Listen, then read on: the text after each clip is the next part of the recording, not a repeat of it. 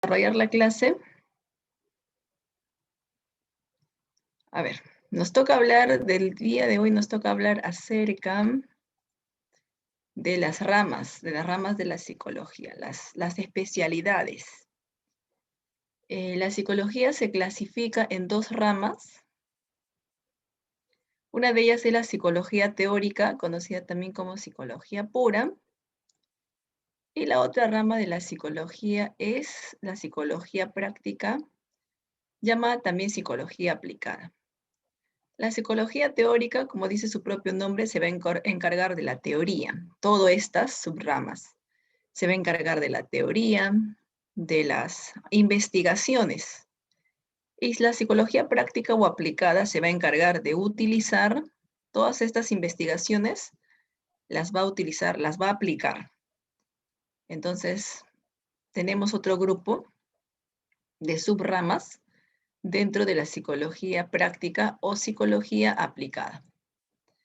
Bien, vamos a concentrarnos primero en la psicología teórica o pura.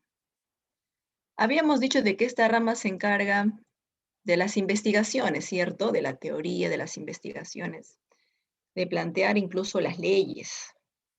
Dentro de la psicología teórica o pura se encuentra la psicología general. La psicología general estudia a los procesos mentales, a todos aquellos procesos llevados a cabo en nuestro cerebro, como por ejemplo pensar, como por ejemplo memorizar los procesos mentales. Todos los procesos mentales se encarga de estudiar la psicología general, solamente a nivel teórico, ¿no? Los estudia, los investiga, busca cuál es la clasificación, cuántos tipos de memoria tenemos, clases de pensamiento, por ejemplo. Entonces, todos los procesos mentales, cognitivos, porque los que estoy señalando son cognitivos, todos los procesos mentales afectivos, como los sentimientos, las emociones, y también los procesos mentales volitivos, como la motivación, como la voluntad. Todos los procesos mentales lo estudia la psicología general. Otra rama es la psicología diferencial. Estudia a las diferencias individuales, producto de ciertos factores, como la edad, el sexo, la clase social o la condición económica, ¿verdad? Existen diferencias. Bueno, no deberían existir en pleno siglo XXI, pero hay diferencias que se va a encargar de estudiar la psicología diferencial. Por ejemplo, una persona de 15 años y una persona de 65 años. ¿Quién de los dos aprenderá más rápido? ¿El que tiene 15 años o el que tiene 65 años? Bueno, por la edad, probablemente el que tenga 15 años. Aquí, por ejemplo, estamos mencionando este factor, ¿no? La edad. ¿El factor edad nos puede hacer diferentes? Probablemente sí. Igual el género o el sexo o la preferencia sexual, la clase social también, ¿verdad? Si una persona pertenece a la clase social alta o una condición acomodada, entonces en los tribunales podría tener hasta 2 abogados, mientras que aquella persona que pertenece a la clase social baja, un solo abogado a las justas, y eso de repente, ¿no? Entonces, la psicología diferencial estudia todas esas diferencias, tomando en cuenta muchos factores que existen entre nosotros. La otra rama es la psicología evolutiva, o llamada también psicología del desarrollo. Esta rama se encarga de estudiar las etapas del ciclo vital. Quiere decir que estudia desde que nacemos, estudia las etapas desde que nacemos hasta la última etapa del ciclo vital, que sería la ancianidad o la senectud. En cada una de esas etapas nosotros pensamos de manera diferente. En cada una de esas etapas nosotros expresamos nuestras emociones de manera diferente. Incluso nuestra actividad motora es distinta, ¿no? Porque, por ejemplo, cuando se tiene año y medio ya se puede caminar, 2 años ya se puede correr, 3 años ya puede bajar las escaleras, incluso saltando los últimos peldaños. Entonces, pero conforme pasan los años, sobre todo en la etapa de la ancianidad, el sujeto ya se hace lento. Entonces, la psicología evolutiva o psicología del desarrollo estudia cada uno de los cambios que existen en el ciclo vital, no solamente desde el nacimiento, sino incluso antes, mucho antes. Estamos hablando, por ejemplo, de la etapa del embarazo, ¿verdad? Entonces, antes también va a estudiar todos los cambios que tiene el sujeto en la etapa prenatal, que es la etapa del embarazo. Tenemos a la psicología social. La psicología social estudia todo lo que nos rodea, cómo nosotros interactuamos con todos los elementos que nos rodean. En otras palabras, estudia el proceso de socialización. Socializar consiste en interactuar con los demás. Ahorita, por ejemplo, estamos interactuando de forma virtual. Quiere decir que actualmente la socialización se ha convertido en una socialización virtual. Muchos reciben clases a través de celulares o computadoras. Muchos celebran su cumpleaños, ¿verdad? También a través de videollamadas. Entonces, quiere decir que la forma de interacción, debido al contexto, a la situación que estamos pasando, generalmente se ha vuelto de forma virtual, ¿verdad? Presencial se está interactuando muy poco, o al menos se está pretendiendo interactuar menos. Entonces la psicología social estudia cómo interactuamos. Al interactuar, recuerda que asimilamos costumbres, al interactuar asimilamos creencias, ¿verdad? Al interactuar formamos nuestras propias opiniones. Entonces la psicología social va a estudiar las costumbres, las creencias, la opinión pública, al grupo, al líder. La psicología social estudia las actitudes, estudia los prejuicios, estudia la discriminación, porque todo eso es aprendido en el contexto que te rodea.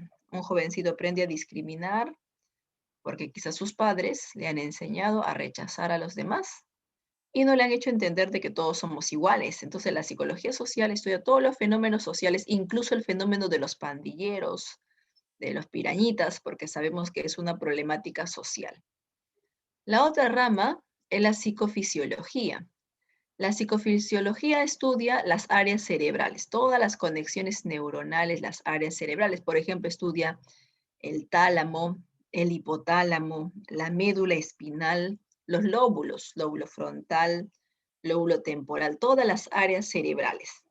No solamente va a estudiar su funcionamiento, sino también va a estudiar qué pasaría si es que se lesiona, ¿no? Por ejemplo, si hay una lesión a la altura del hipotálamo, ¿qué pasaría con nosotros? Si hay una lesión a la altura del lóbulo temporal, ¿qué sucedería con nosotros? ¿Qué se encontraría alterado? Nuestra hambre, ¿qué se encontraría alterado? Nuestro equilibrio, ¿qué cosa se encontraría alterado? Entonces, los daños cerebrales, así como también las funciones de cada una de las estructuras cerebrales, lo estudia la psicofisiología. En la actualidad, a la psicofisiología también se le conoce como neurociencia, así también se le va a llamar psicofisiología o neurociencia. Todas las áreas cerebrales, todas las conexiones neuronales, incluso los hemisferios, se va a encargar de estudiar esta rama de la psicología. La psicopatología es aquella rama que se encarga de estudiar los trastornos. Todo tipo de trastornos, puede ser trastornos mentales, puede ser trastornos de la personalidad, por ejemplo, la amnesia. La amnesia es un trastorno de la memoria, trastornos de la memoria, trastornos sexuales, trastornos alimenticios, por ejemplo, has escuchado hablar de la anorexia, de la bulimia, son trastornos alimenticios. Todos los trastornos se encarga de estudiar la psicopatología. Esta rama de la psicología se encuentra relacionado con la psiquiatría, porque recordemos que los psiquiatras, ¿verdad? También estudian los trastornos. Todo tipo de trastornos se encarga de estudiar los psiquiatras, por eso que se relaciona la psicopatología. Esta rama solamente busca cuáles son las causas de los trastornos mentales, cuáles son los síntomas de los trastornos de la personalidad y realiza la clasificación. Esta rama no se va a encargar del tratamiento. ¿Por qué la psicopatología no se encarga del tratamiento? A ver, ¿por qué no? Porque está dentro del grupo de la psicología teórica, o sea, solamente realiza investigaciones, la teoría nada más, investigaciones. Busca las causas, repito, busca los síntomas y los clasifica. Por ejemplo, se pregunta, ¿cuáles son las causas de la esquizofrenia? ¿Cuáles son los síntomas de una fobia? Clasificación del insomnio, por ejemplo, todo lo que es a nivel teórico, no se encarga del tratamiento.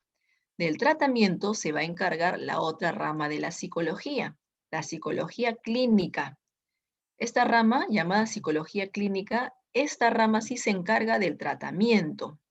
Bueno, como pertenece a la psicología práctica o aplicada, entonces va a aplicar todos los conocimientos teóricos, ¿verdad? Todos los conocimientos de las ramas anteriores. Entonces la psicología clínica o el psicólogo clínico es el que realiza terapias. Obviamente primero va a realizar un diagnóstico. A ver, ¿cuál es el diagnóstico de esa señorita o de ese jovencito? ¿Sufre de depresión? ¿Sufre de trastorno bipolar? ¿Tiene problemas de alcoholismo grave, crónico? Primero tiene que identificar cuál es el problema que tiene, ¿no? El sujeto. Una vez que lo identifica, recién realiza las terapias. La terapia es un conjunto de técnicas o estrategias que ayuda al paciente a superar un problema. Entonces, el psicólogo clínico es el que realiza las terapias. Generalmente el psicólogo clínico trabaja en los hospitales. Si tú has ido a la posta médica, ahí también hay psicólogos, ¿verdad? Si tú has ido a un hospital, en el hospital no solamente hay pediatras, en el hospital no solamente hay ginecólogos, también hay psicólogos. Y los psicólogos que trabajan en los hospitales vienen a ser los psicólogos clínicos. ¿Sí? Ese es su lugar de estudio, ¿no? En su lugar de trabajo, los hospitales, ya sea particulares o ya sea estatales. Los hospitales, las clínicas, ¿verdad? Las postas, la posta médica, ahí trabajan los psicólogos clínicos. Algunos abren su propio consultorio, ¿verdad? Pero la mayoría trabajan en los hospitales. Entonces realiza terapias. La otra rama se llama la psicología industrial o psicología organizacional. Mientras que el psicólogo clínico trabaja en los hospitales, el psicólogo industrial o psicólogo organizacional trabaja en las empresas. En las empresas. Entonces, en las empresas con los trabajadores, el psicólogo organizacional lo que intenta es solucionar algunos conflictos que tienen los trabajadores. Entonces, el psicólogo industrial se encarga, por ejemplo, de motivar a los trabajadores, se encarga de que incrementen su productividad, en este caso los trabajadores, que haya una adecuada ventilación o iluminación en el trabajo. Y si hay conflictos entre trabajadores, también intenta, pues, a través de talleres solucionarlo. El psicólogo organizacional también se encarga de la selección del personal. A ver, por ejemplo, cuando tú termines la universidad y busques trabajo, vas a postular a una empresa o tal vez a dos empresas. Pero cuando tú postules a un trabajo, ¿verdad? Antes de contratarte, te hacen una entrevista laboral, ¿cierto?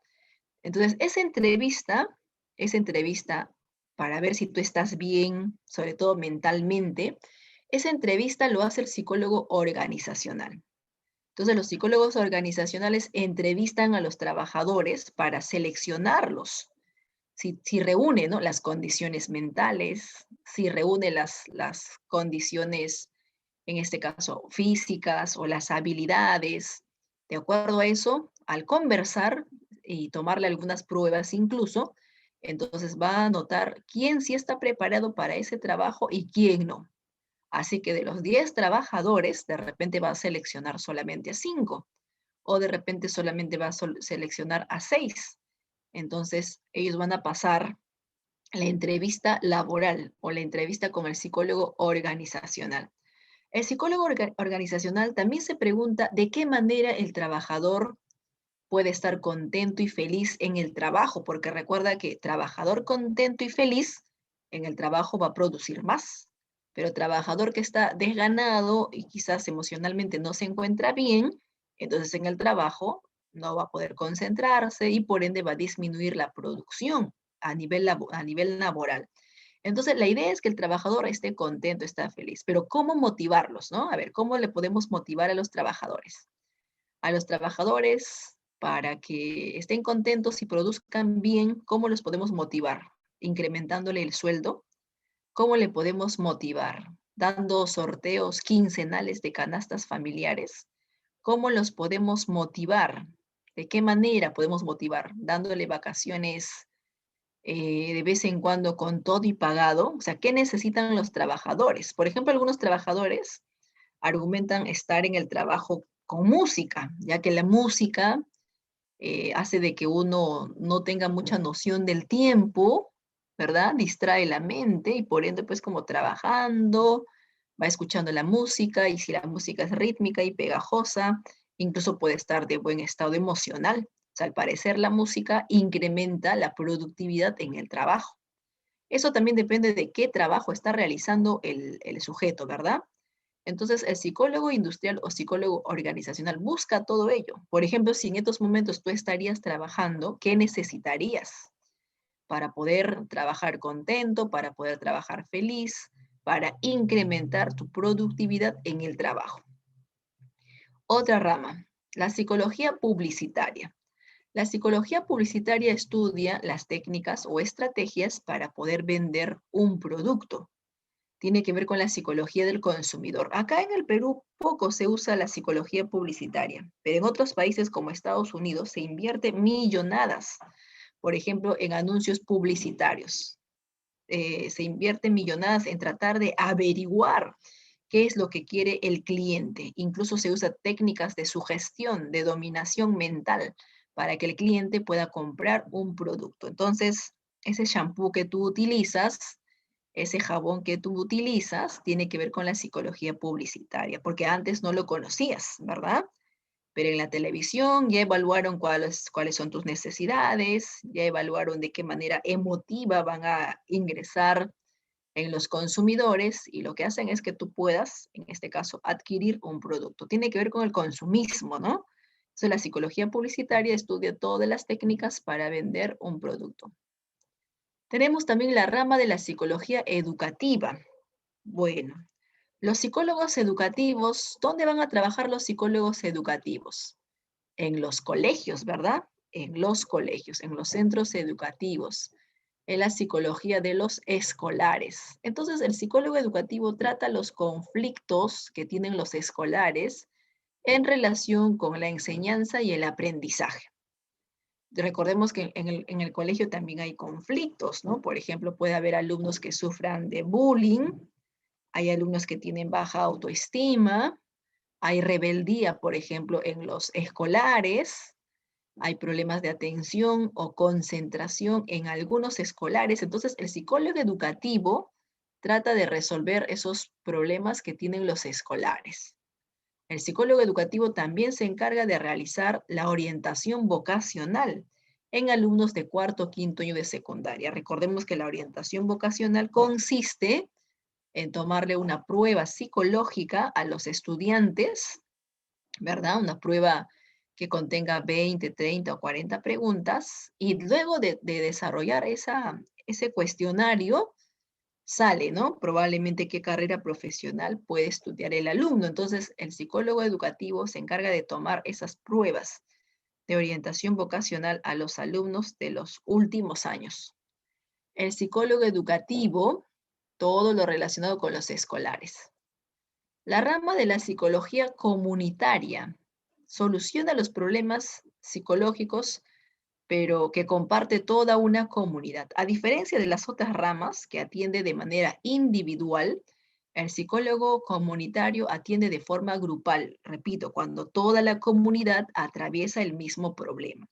Generalmente, toda una comunidad atraviesa el mismo problema psicológico, generalmente cuando suceden desastres naturales, por ejemplo, un terremoto, por ejemplo, un tsunami, un huaico. Cuando hay huaico, por ejemplo, el huaico no solamente arrasa con una de las casas, en su recorrido pues arrasa 5, 6, 7 casas, ¿verdad? Cuando hay terremoto, igual, ¿no? Cuando hay terremoto, no solamente se desploma un edificio o una sola casa de nuestro barrio, varias casas tienden a caerse. Entonces, significa que muchas personas pierden sus bienes materiales, pero muchas personas también pierden lo más querido, ¿no? Sus familiares. Aparte del ahorro de toda la vida, pierden lo más querido que son sus familiares. Entonces, las personas luego de atravesar un desastre natural se sienten desoladas y no se siente desolada una sola persona, sino toda la comunidad. Entonces, los psicólogos comunitarios, en colaboración con Defensa Civil y otros, bomberos voluntarios, por ejemplo, también se suman al trabajo los psicólogos comunitarios. Y en grupo, trata a toda la comunidad, ayuda a toda la comunidad a empezar de cero, a plantearse nuevas metas, nuevos objetivos y a superar los problemas que le ha traído pues los desastres naturales. Seguimos. Otra rama es la psicología forense. La psicología forense es llamada también psicología del delincuente o psicología de la jurisprudencia. El psicólogo forense generalmente trabaja en las cárceles o en el Palacio de Justicia. Es el que evalúa el perfil psicológico de los criminales. Cuando un criminal comete un crimen, valga la redundancia, cuando un delincuente comete un delito, ¿verdad? No solamente están presentes los jueces, no solamente están presentes los abogados, también el psicólogo forense. El psicólogo forense, antes que condenen o investiguen a este delincuente, evalúa, ¿no? Mentalmente lo evalúa su estado mental, ¿verdad? Entonces se evalúa a través de pruebas psicológicas si es una persona fría, evalúa su personalidad del delincuente, si es una persona calculadora, si es una persona insensible, carente de empatía, entonces lo evalúa. De acuerdo al diagnóstico que salga de este delincuente, de este criminal o de este sospechoso, de acuerdo al diagnóstico, entonces le van a incrementar sus años de condena o le van a disminuir, o tal vez le van a liberar, ¿no? Entonces, dependiendo, porque averigua si es culpable o no es culpable, cuál es su grado de culpabilidad, cuál es la motivación que lo ha conllevado a realizar ese delito, o tal vez es inocente y se está echando la culpa. Entonces, a través de las pruebas psicológicas, a través de la evaluación del perfil de este delincuente o sospechoso, entonces tenemos los resultados. El psicólogo forense trabaja generalmente, repito, en las cárceles con los delincuentes, con los presos, intenta pues en este caso rehabilitarlos o intenta que puedan resocializar. Listo, chicos. Acá tenemos entonces las principales ramas, ¿ya? Las principales, porque hay otras ramas más. Por ejemplo, tenemos la psicología comparada, que estudia la conducta de los animales. Tenemos la psicología deportiva, ¿verdad? Los deportistas también tienen sus psicólogos que los ayudan a motivarse, a tolerar toda esa presión, porque recuerda que los deportistas tienen el doble de presión que nosotros. No solamente ellos quieren ganar por sí solos ante un concurso o ante, en este caso, un enfrentamiento, un torneo, sino muchas veces como un deportista representa a todo un país, también tiene pues la presión de todo este país. Así que el psicólogo deportivo motiva a los deportistas, le ayuda a tolerar las situaciones que va a pasar, evita la frustración que podría experimentar un deportista. Entonces tenemos a la psicología deportiva, como también tenemos a la psicología comparada, hemos dicho, que estudia la conducta de los animales. Ahora, en la psicología también se usan los métodos. Los métodos, un método es una estrategia, son procedimientos, son técnicas para poder, en este caso, analizar mejor algo. Los métodos permiten alcanzar tus objetivos. ¿Y cuál es el objetivo de la psicología? Bueno, su objetivo es analizar mejor la conducta. De repente tú tienes métodos de estudio, ¿verdad? Y tu objetivo es el ingreso a la universidad. Entonces, existen muchos métodos. Igual en psicología hay muchos métodos que le permiten analizar mejor el comportamiento. Dentro de todos esos métodos, por ejemplo, acá tenemos el método llamado observación. La observación va a ser conocido como un método descriptivo, quiere decir que se relaciona con la primera finalidad de la psicología llamado describir. La observación, repito, es un método descriptivo. Por ejemplo, ahorita, al mirar la diapositiva, al mirar las diapositivas, estás aplicando este método llamado observación, ¿verdad? Es un método descriptivo. También cuando estás en el carro, estás observando, cuando vas de compras, estás observando, cuando te caminas por la calle, estás aplicando este método, ¿verdad? El método descriptivo, la observación. Pero a lo largo de la historia, la observación se divide en dos tipos. En una observación interna, llamada introspección, y en una observación externa llamada extrospección. Recuerda que en la clase anterior habíamos hablado de las escuelas psicológicas, ¿verdad? Entonces, habían escuelas psicológicas que usaron este método, la introspección, y había escuelas psicológicas que utilizaron este método, la extrospección. Entonces, tenemos dos tipos de observación. Intro, la palabra intro hemos dicho que significa dentro, y la palabra extro significa fuera. Pección significa mirar. Quiere decir que la introspección es mirar hacia adentro, ¿verdad? La autoobservación, cuando nosotros analizamos nuestras vivencias internas, entonces estamos utilizando el método llamado introspección, ¿cierto? El autoanálisis, por ejemplo, en Semana Santa, en estos días, ¿verdad? Muchas personas se han puesto de repente a autoanalizarse, a reflexionar, a ver en qué estoy mejorando, qué estoy empeorando, qué he hecho bien, qué hice mal, qué tengo que corregir. Cuando tú, por ejemplo, te haces un autoanálisis, un examen de conciencia, ¿verdad? Algo similar es la introspección. Es cuando pretendemos conocer nuestras vivencias internas, contar lo que tenemos dentro, ¿no? Por ejemplo, si acabas de sufrir un asalto y llegas a la casa y cuentas a tus padres, ¿verdad? Cuentas a tus hermanos, me han asaltado entre dos personas, me han quitado mi celular, se han llevado mi billetera, tenía durante el asalto tenía mucho miedo de que en este caso pues me disparen. Cuando tú cuentas, cuando tú narras, por ejemplo, un asalto que has sufrido, también estás contando lo que tienes dentro, o sea, tus vivencias, tus vivencias internas, tus vivencias personales. Entonces, en ese instante también estás realizando la introspección. Como todo método, va a tener su ventaja y va a tener su desventaja. La ventaja de este método es que permite conocer las vivencias internas. Es el mejor método para conocer las vivencias internas. Esa es la ventaja. La desventaja de la introspección es que lamentablemente no se puede aplicar en todas las personas. Recuerda que la introspección no se puede aplicar en niños, la introspección no se puede aplicar en animales, tampoco se puede aplicar en personas con trastornos mentales. Entonces, no niños, no animales, no personas con trastornos mentales. ¿Por qué no podemos aplicar la introspección en los niños? A ver, chicos, ¿los niños tienen capacidad de autoanálisis? No necesariamente, ¿no? Hay pequeñitos, por ejemplo, que no pueden verbalizar exactamente lo que les sucede, ¿verdad? Por eso que no se puede aplicar en niños. Hay que ser muy consciente de las vivencias internas para poder aplicar la introspección. Hay que saber comunicar las vivencias internas para aplicar la introspección. Entonces, de ahí que los pequeñitos no pueden realizar este método. En niños no, en animales tampoco, ¿verdad? ¿Y por qué no se puede aplicar la introspección en los animales? Porque para este método se necesita el lenguaje.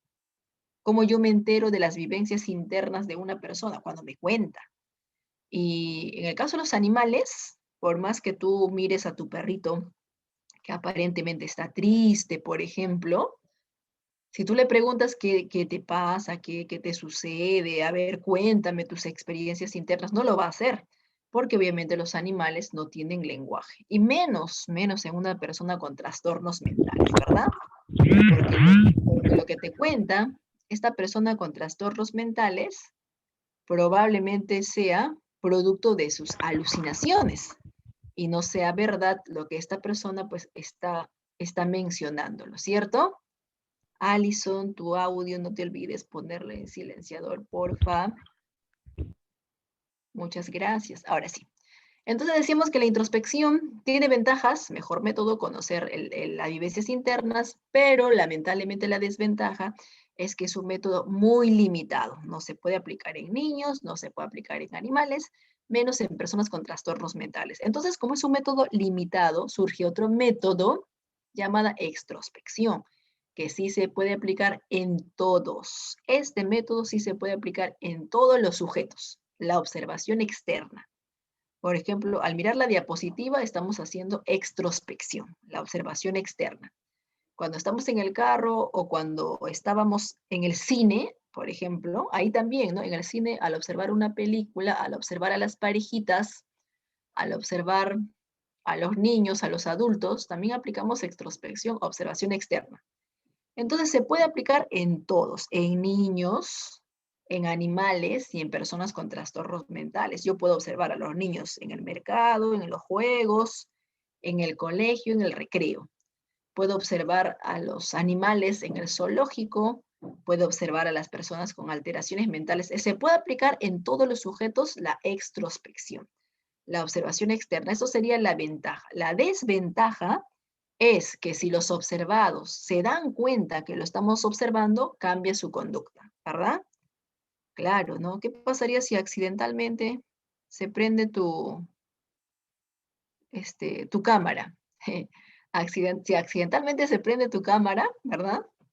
Uy, la profesora me está observando, vas a decir, ¿no? Cuando accidentalmente se prende tu cámara. Entonces, de lo que estabas realizando una conducta cambia, ¿verdad?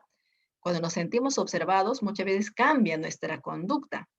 Entonces, en la extrospección, esa sería la desventaja. Entonces, el investigador cuando observa, el psicólogo cuando observa, tiene que observar de manera disimulada para que el resto no se dé cuenta. A veces los psicólogos hacen uso, por ejemplo, de un ayudante, o sea, un ayudante, por ejemplo, si quisiera estudiar a los alumnos en el colegio.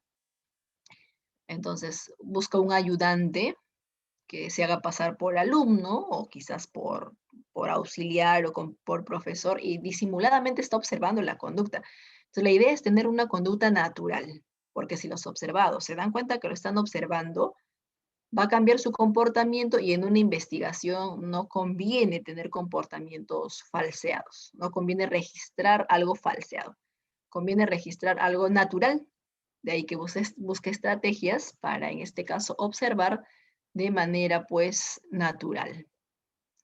Ese es en el caso de la observación. El otro método es el método llamado experimentación, el método experimental. El método experimental es un método explicativo, mientras que la observación es un método descriptivo, el método experimental es un método explicativo. Quiere decir que se relaciona con la segunda finalidad de la psicología. Y la segunda finalidad de la psicología es explicar. Busca el porqué de una conducta, así como también permite la elaboración de una hipótesis. ¿Ya? A ver, chicos, ¿alguien de ustedes sabe qué es una hipótesis? ¿Alguien de ustedes ha escuchado hablar acerca de una hipótesis? Los pasos del método científico. Claro, es cierto, forma parte de uno de los tantos pasos del método científico. Por ejemplo, el método experimental es un método científico, no solo usado por la psicología, ¿no? También por otras ciencias como la biología. A ver, en el chat me dicen, es un supuesto, profesora, me dicen. La hipótesis es un supuesto antes de experimentar, muy bien. Posibles soluciones, Melanie, ¿correcto? Es un supuesto, ¿verdad? Tomaya, un latillo, una idea previa, ¿no? Todavía no demostrada, porque una vez que se haga el experimento recién, una vez que se someta a la hipótesis a un experimento, a una investigación, recién yo voy a demostrar eso. Así es. Muy bien, Patiño, gracias también por tu participación. ¿Ya? Entonces, una hipótesis es un supuesto, ¿no? Un enunciado previo. Por ejemplo, yo observo que un señor está caminando todo tambaleándose y yo planteo mi hipótesis. A ver, ¿por qué se estará tambaleando? Ah, seguramente ha consumido drogas. Seguramente le han golpeado y está inconsciente. Entonces, ese supuesto, todavía no sé si es verdad, ese supuesto se llama hipótesis. Cuando hago el experimento, en este caso el análisis de sangre, recién voy a comprobar si ha consumido alguna sustancia ilícita o quizás algún golpe o daños cerebrales le han producido. Entonces, la hipótesis es un supuesto no demostrado, ¿verdad? Bueno, al principio no demostrado, pero una vez que hagas el experimento ya se va a poder demostrar. Quiere decir que el método experimental permite que se demuestre o se compruebe ese supuesto. permite que se demuestre o se compruebe, ¿verdad? Esa hipótesis. Muy bien, Alison, es una idea previa acerca de un problema. Así es. Entonces, decíamos que la hipótesis, el método experimental permite demostrar la hipótesis. Ahora, cuando tú hagas un experimento, siempre a la hora de hacer un experimento, van a participar 4 variables.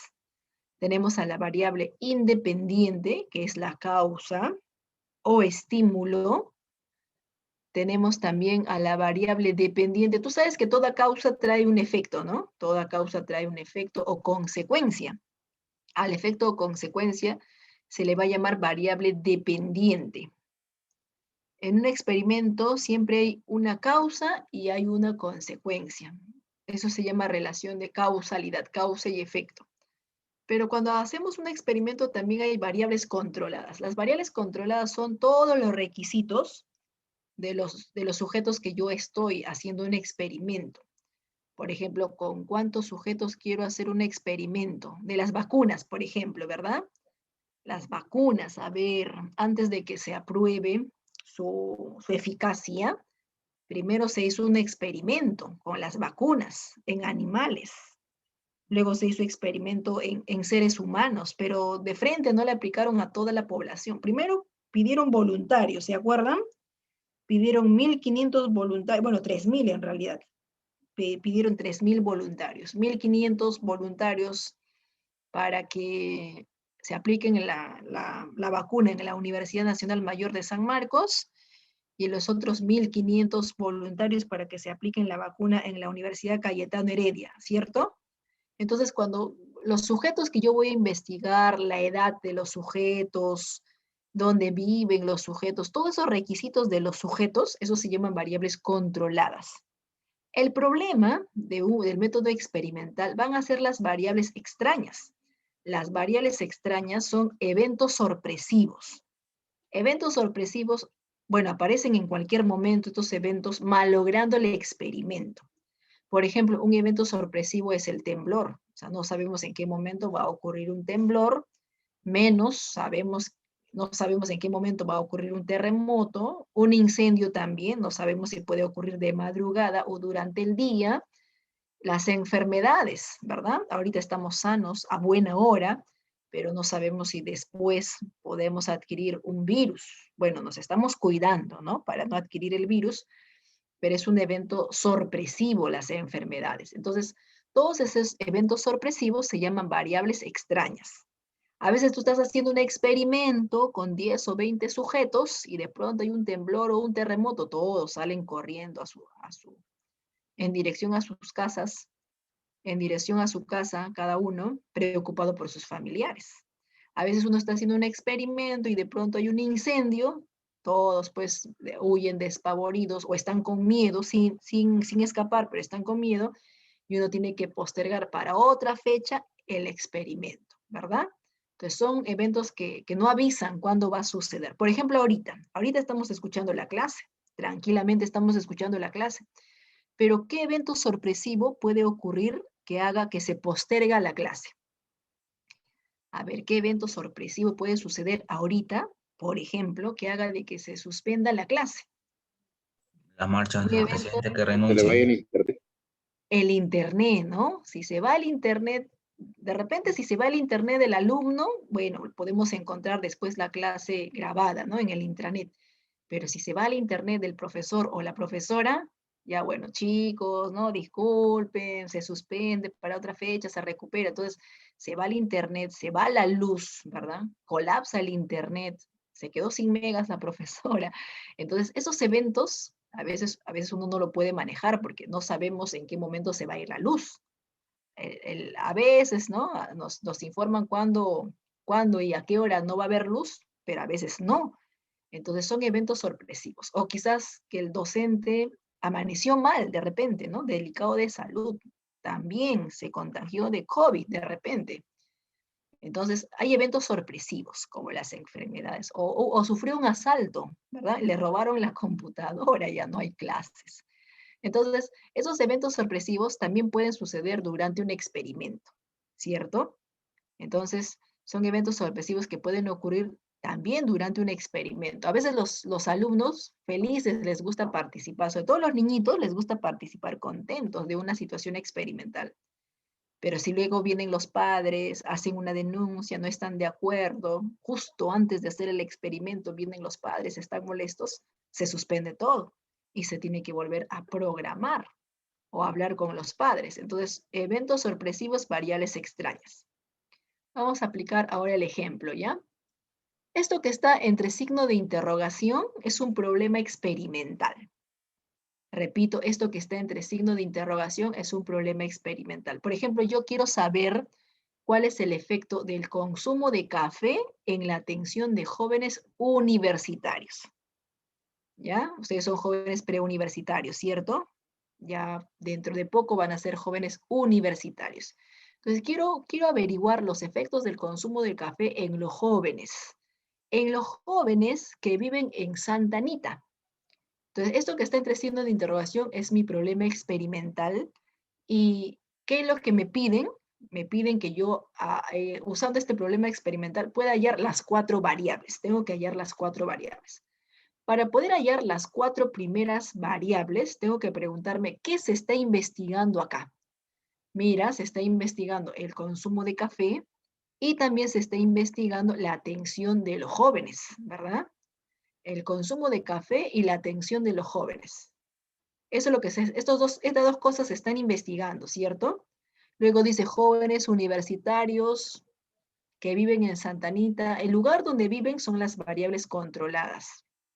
El lugar donde viven son las variables controladas o la cantidad de sujetos que yo voy a hacer el experimento son las variables controladas. Pero acá quiero hallar entre estos dos que se está investigando, quiero hallar quién es la causa y quién es el efecto. Bueno, sabemos que el consumo de café podría ser la causa de que aumente o disminuya los niveles de atención en los jóvenes. ¿Alguna vez tú has tomado café para no quedarte dormido?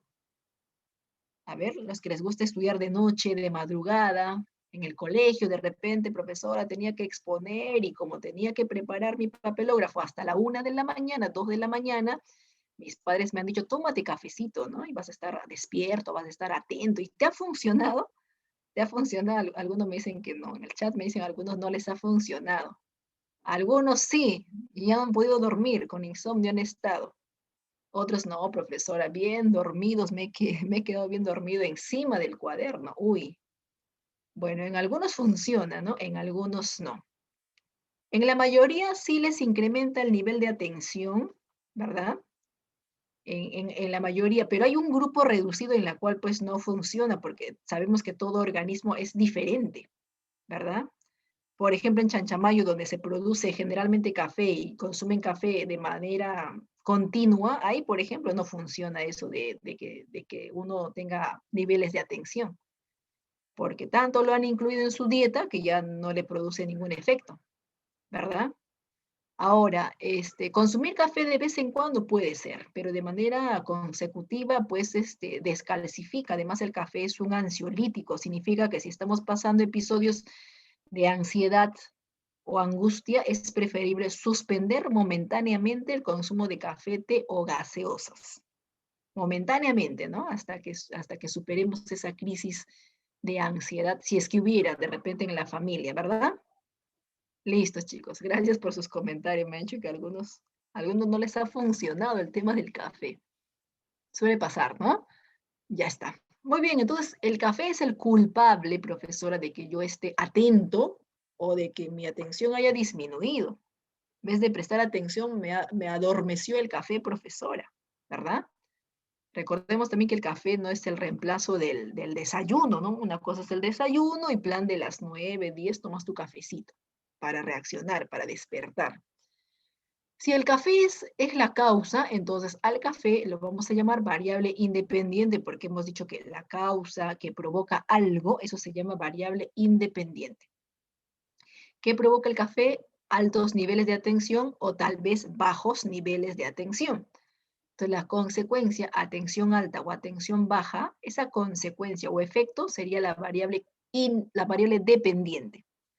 La variable dependiente, la atención y la variable independiente, el café. Listo, entonces ya tengo mis dos primeras variables. Una de ellas es la causa, el otro es el efecto. Ahora voy a hallar las variables controladas.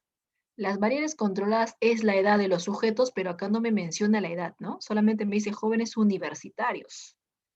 Si son jóvenes universitarios, entonces deben tener entre 18 a 25 años, ¿verdad? Pero no me lo mencionan. La única variable controlada que sí me mencionan es el lugar donde viven los jovencitos.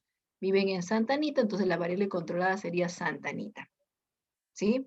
Otra variable controlada puede ser el nivel intelectual, son universitarios. Acá podríamos agregar universitarios, preuniversitarios, o si son de colegio, si son de inicial, si son de jardín, el nivel, ¿no? El nivel, su grado académico, su grado de preparación, variable controlada. Lo que sí no te van a mencionar, lo que sí no te van a mencionar en el problema experimental son las variables extrañas. No te lo van a mencionar. Tú te tienes que imaginar. A ver, imagínate que esto es tu investigación. Imagínate que esto es tu experimento. Estás haciendo investigaciones con el café para saber qué efectos genera en la atención de los jóvenes. Ahora pregúntate, ¿qué podría pasar que haga de que se malogre el experimento? A ver, qué podría suceder en este caso, ¿no? ¿Qué evento sorpresivo podría suceder en este caso que haga que se malogre el experimento? A ver, de repente le hemos dado mucho café a los jóvenes, ¿verdad? Y todos terminaron intoxicados. O tal vez no hemos lavado bien las tazas donde se va a servir café, también, ¿no? Intoxicados. O tal vez la jarra donde se estaba preparando el cafecito ya a punto de servir se rompe, se cae. Otra vez a hervir más agua, ¿cierto? Claro. Entonces, eventos sorpresivos, ¿no? Eventos sorpresivos. Justo voy a investigar, por ejemplo, con 20 jóvenes universitarios, ya llegaron 18, solamente faltan 2 jóvenes y están cruzando la pista y los atropella un carro, ¿no? Entonces, uno está grave, el otro más o menos, pero de emergencia al hospital también, ¿verdad? Un atropello, la muerte, por ejemplo, de uno de los jóvenes universitarios. Eso es una variable extraña porque no sabemos cuándo podemos sufrir un accidente automovilístico. No sabemos cuándo podríamos incluso hasta dejar de existir. Eso no se sabe, ¿no? Entonces, esos eventos que no podemos manejar, como la intoxicación, todos de emergencia, a la posta médica más cercana, ¿verdad? Se han intoxicado porque no han lavado bien los utensilios probablemente, o quizás le han hecho tomar café vencido. Ha vencido el café ya hace año y medio y le han servido ese café. Entonces, la intoxicación, la muerte de algunos jóvenes, el atropello, por ejemplo, son variables extrañas, eventos sorpresivos que malogra el experimento, ¿cierto? A ver, por ahí me dicen en el chat, profesora, y puede ser una variable extraña si el paciente miente. Podría ser, ¿no? Si miente diciendo que ya tomó café, la cual no es cierto, también podría ser, ¿verdad? Entonces, los eventos sorpresivos, como las enfermedades, la intoxicación, la sobredosis, el atropello, la muerte, un incendio, son eventos que escapan de mi control y malogran mi experimento, porque mira, si han muerto 2 atropellados, bueno, ¿no? Voy a tener que postergar para otra fecha, buscar a otros jovencitos una vez que termina la investigación de la policía. Entonces, es una variable extraña. Listo. Otro método, jovencitos, es el método llamado psicometría. La psicometría es un método que busca medir los procesos mentales a través de pruebas psicológicas llamadas test. Acá falta la letra T al final. Test. Test, cuestionarios o encuestas. Si alguna vez te han tomado un test, por ejemplo, te han tomado test de orientación vocacional. Si te han tomado un test de orientación vocacional, entonces han aplicado en ti el método llamado psicometría. Si te han tomado un test que mida tu personalidad, también han aplicado en ti el método psicometría, ¿ya? Test que mida la inteligencia, también, ¿no? Método psicométrico. Puede ser test, como también pueden ser cuestionarios, o encuestas. En el colegio, por ejemplo, cuando hay tarea, dejan cuestionarios. Encuestas, ahora que va a haber elecciones presidenciales, las encuestas dicen supuestamente quién es el favorito y quién de repente ya ni siquiera aparece entre los 5 primeros, ¿verdad? Entonces las encuestas generalmente se toman cuando la población es más grande. En cambio, cuando la población es menor, se toma test o cuestionarios. Exámenes, ¿verdad? Como el examen de admisión, por ejemplo, el examen de admisión tiene que ver con este método, la psicometría. La psicometría se caracteriza por ser indirecta y por ser aproximada. ¿Por qué este método será indirecto? Lo que pasa es que no hay un contacto directo con la persona que se está evaluando. Cuando te toman una prueba psicológica, el investigador lo único que hace es reparte la prueba y tienes que responder a las preguntas. O sea, no hay un contacto directo, hay un contacto indirecto a través de las pruebas. O sea, el psicólogo te conoce a través de las respuestas que tú has colocado en la prueba. Es más, termina de tomarte el test y se lleva la hoja de respuestas, tipo el examen de admisión, ¿no? Terminas de dar tu examen de admisión y lo que hacen es, se llevan tu hoja de respuestas para saber tus respuestas correctas e incorrectas. Igual sucede en el caso psicológico, entonces el psicólogo te toma pruebas y se lleva el examen, se lleva sobre todo la hoja de respuestas de esa prueba. Por eso es que es indirecta, porque te evalúa tomando en cuenta solamente las respuestas que has colocado en ese examen. Entonces es indirecta y además es aproximada. La psicometría es aproximada porque sus resultados no son exactos. ¿Alguna vez te han tomado una prueba de orientación vocacional y te ha salido una carrera profesional que no te gusta? Una carrera profesional que no deseas. Entonces de repente tú querías ser ingeniero agrónomo y te sale para ser músico de repente. Entonces probablemente por ahí me dicen que sí, a algunos les ha sucedido eso. Entonces, bueno, justo a esto va mi explicación, ¿no? Entonces la psicometría es aproximada porque los resultados solamente son una referencia, o sea, no significa que tú necesariamente vas a hacer lo que salió en el resultado. Solamente es una referencia nada más, ¿ya? No es 100% exacta, es una referencia. ¿Por qué se dice que es una referencia? Hasta se podría equivocar el resultado. Lo que pasa es que cuando nos toman una prueba psicológica, algunos no están tan concentrados, otros marcan por marcar, de repente le tomaron a la última hora, están cansados ya, la pregunta 1 sí responden, la pregunta 2 no, la pregunta 3 sí, entonces marcan por marcar, no están siendo del todo sinceros de repente, o quizás están nerviosos, preocupados por otros temas. Hay tantos motivos que en la cual hace que tú no te hayas concentrado 100% en esa prueba psicológica y por ende te ha salido cualquier resultado menos el que tú esperabas. Por eso se dice que es aproximada, ¿ya? Por ejemplo, en un test de inteligencia, si una persona en un test de inteligencia saca entre 90 a 109 de coeficiente intelectual, si en un test de inteligencia alguien saca entre 90 a 109 de coeficiente intelectual, eso significa que tiene inteligencia normal. Si saca más de 130, muy superior, pero si saca menos de 69, retardo mental. ¿Qué pasaría si un día le tomamos una prueba de inteligencia a uno de nuestros compañeros y sacan menos de 69 retardo mental? Eso no significa que necesariamente tenga retardo mental, ¿verdad? Tal vez ha tomado la prueba justo el día que se enteró que sus familiares están hospitalizados. Entonces, de hecho, ¿no? Con razón salió ese resultado. Entonces, solamente es una referencia, vuelvo a repetir, hay tantos factores que puede hacer que los resultados no sean del todo exactos. Igual ocurre cuando uno da un examen de admisión.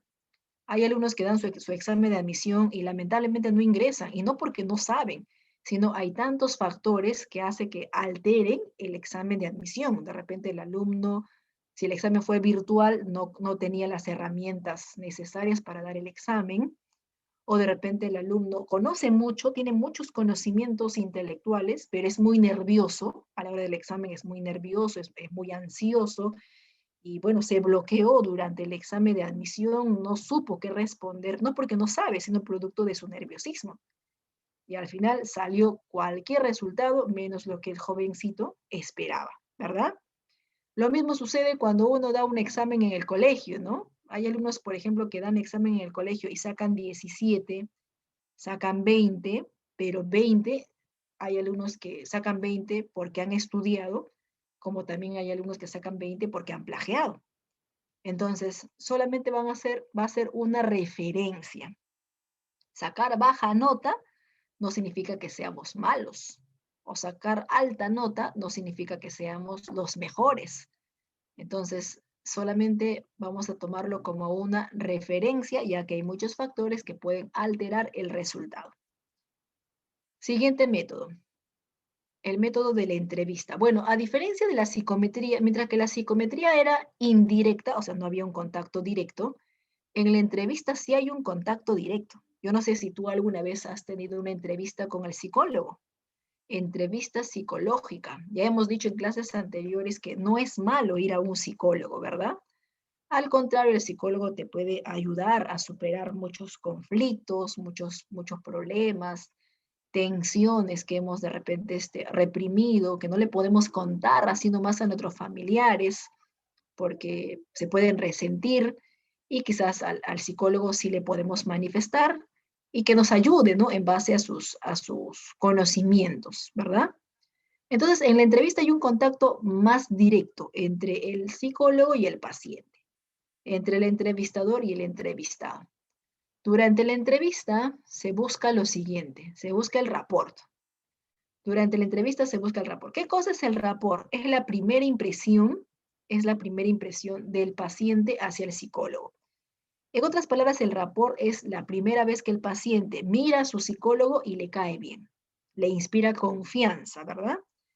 Entonces va a la primera entrevista y dice, sí, mi psicólogo me inspira confianza, me entiende, así que me ha dicho que la próxima semana, lunes, es mi segunda cita. Sí voy a ir porque me inspira confianza, o sea, se ha establecido un buen rapport.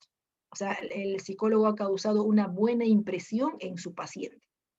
Es muy importante que exista el rapport adecuado porque así el paciente va a querer seguir asistiendo. Pero ¿qué pasaría si el paciente va al psicólogo por primera vez y no le inspira confianza? Al contrario, ¿no? Le inspira miedo, temor, cierto rechazo. Entonces, ya no va a querer asistir. No, ya no quiero venir. No, mi psicólogo me da miedo. Mi psicólogo, su mirada me asusta. Entonces, no va a haber un buen rapport. Entonces, el rapport es causar la buena impresión. Es algo así como cuando te presentan a alguien, ¿verdad? Te presentan a alguien y tú ni bien observas a ese alguien, tú dices, ah, ya, siento que me cae bien. Es más, me inspira confianza. Creo que vamos a ser buenos amigos. Pero también ocurre que te presentan a alguien la primera vez y es muy confianzudo, muy confianzuda, hace bromas pesadas. Recién te acaba de conocer, ya te hace bromas pesadas y tú sientes de que no, con este no me voy a llevar bien. Algo así, ¿verdad? Solo que acá es de paciente hacia el psicólogo. Lo mismo, ¿no? Cuando estabas en colegio también esperabas todos los años a ver qué profesor me va a enseñar, decías.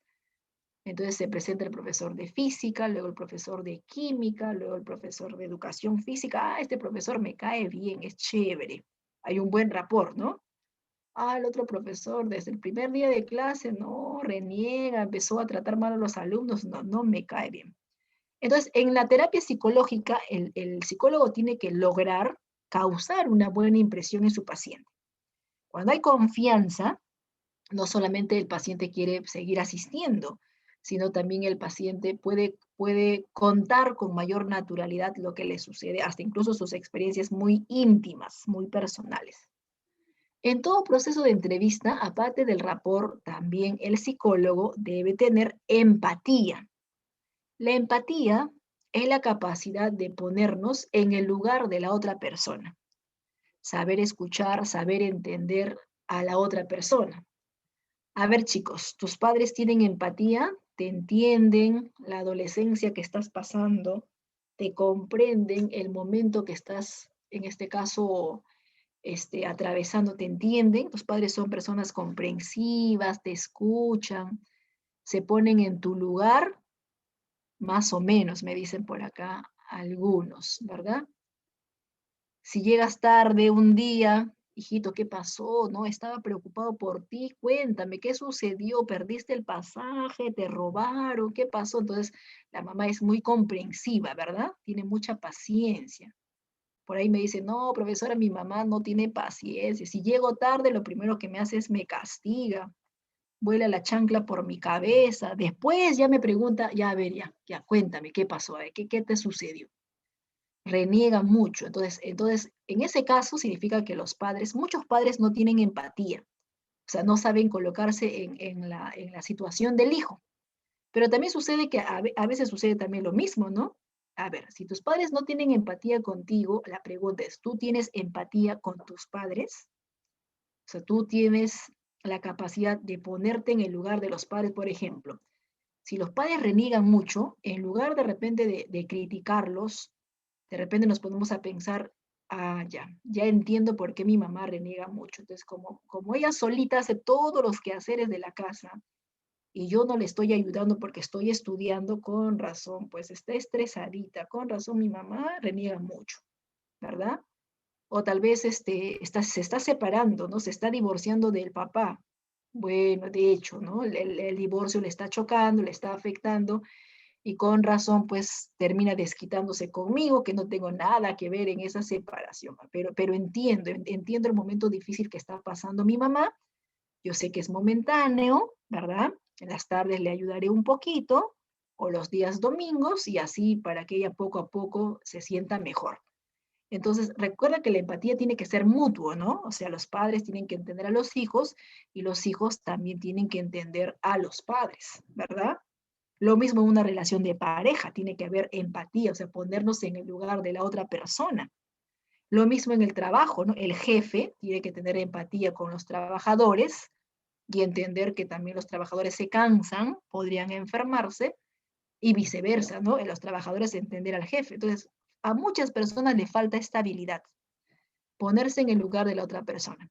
Entonces, el psicólogo, por el mismo hecho de la carrera profesional que ha estudiado, sí o sí tiene que presentar la empatía, o sea, ponerse en el lugar del paciente. Si el paciente está triste, si el paciente está deprimido, entender sus alegrías, entender su tristeza, entender su depresión, tener mucha paciencia y saber escucharlo, ¿verdad? Tener mucha paciencia y saber entenderlo. Entonces, eso se llama empatía, porque hay pacientes, por ejemplo, que tienen, por ejemplo, crisis, por ejemplo, de ansiedad. Hay pacientes que tienen obsesiones. Hay pacientes que están deprimidos y solamente piensan en su no existencia.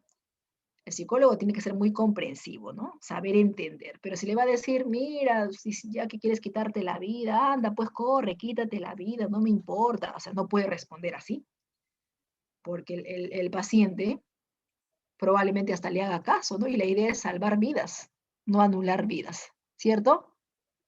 Muy bien. A ver, por ahí me están comentando que algunos adultos no entienden o no creen en las actitudes de los adolescentes. Y eso que los adultos han pasado por la adolescencia, ¿no? Se supone que si uno como adulto ya pasó por la adolescencia, hay que entender a los adolescentes. Si tú como adolescente ya pasaste por la niñez, tenemos que entender a nuestros hermanitos pequeñitos, ¿verdad? Muy bien, chicos. Sí, estoy leyendo cada uno de sus comentarios. Está bastante interesante. Claro, y hay cosas también que nos enojan, por supuesto, ¿no? Muy bien, chicos. Entonces ya sabes, empatía, ponernos en el lugar de la otra persona, ¿ya? Así que si tu compañero está triste, ¿para qué vas a seguir haciendo bromas peores? Peor, se va a poner más triste. Si tu compañero está renegando, ¿para qué vamos a continuar haciéndole renegar? Hay que esperar que se le pase un poquito la cólera para poder conversar con él. O sea, tenemos que entender a la otra persona. En el proceso de la entrevista también se busca la llamada anamnesis. La anamnesis es la biografía o la historia personal del paciente. O sea, el psicólogo, conversando, entrevistando al paciente, ya va a tratar de elaborar la biografía de su paciente. O sea, le va a hacer varias preguntas Preguntas que al responder el psicólogo va a anotar, anota, ¿verdad? Las preguntas que le hace el paciente. Y con esas preguntas va a armar el historial del paciente. Entonces le va a preguntar, por ejemplo, si de niño tenía alguna mascota.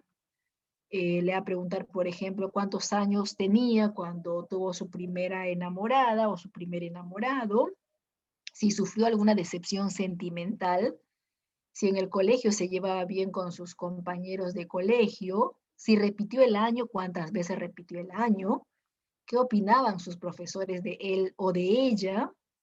Cuando fue al colegio en la primaria por primera vez, ¿se adaptó rápido? Se le va a preguntar, ¿te adaptaste rápido la primera vez que tú has ido al colegio en la primaria?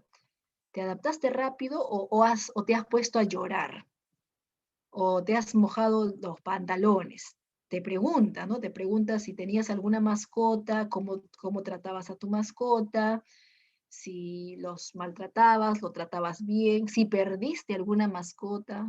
Nos preguntan si hemos sufrido algún maltrato físico o psicológico en la niñez o tal vez en la infancia. Entonces empieza a hacernos así preguntas, ¿verdad? Y muchas veces en la biografía o historia se encuentra la causa de nuestro problema, ¿no?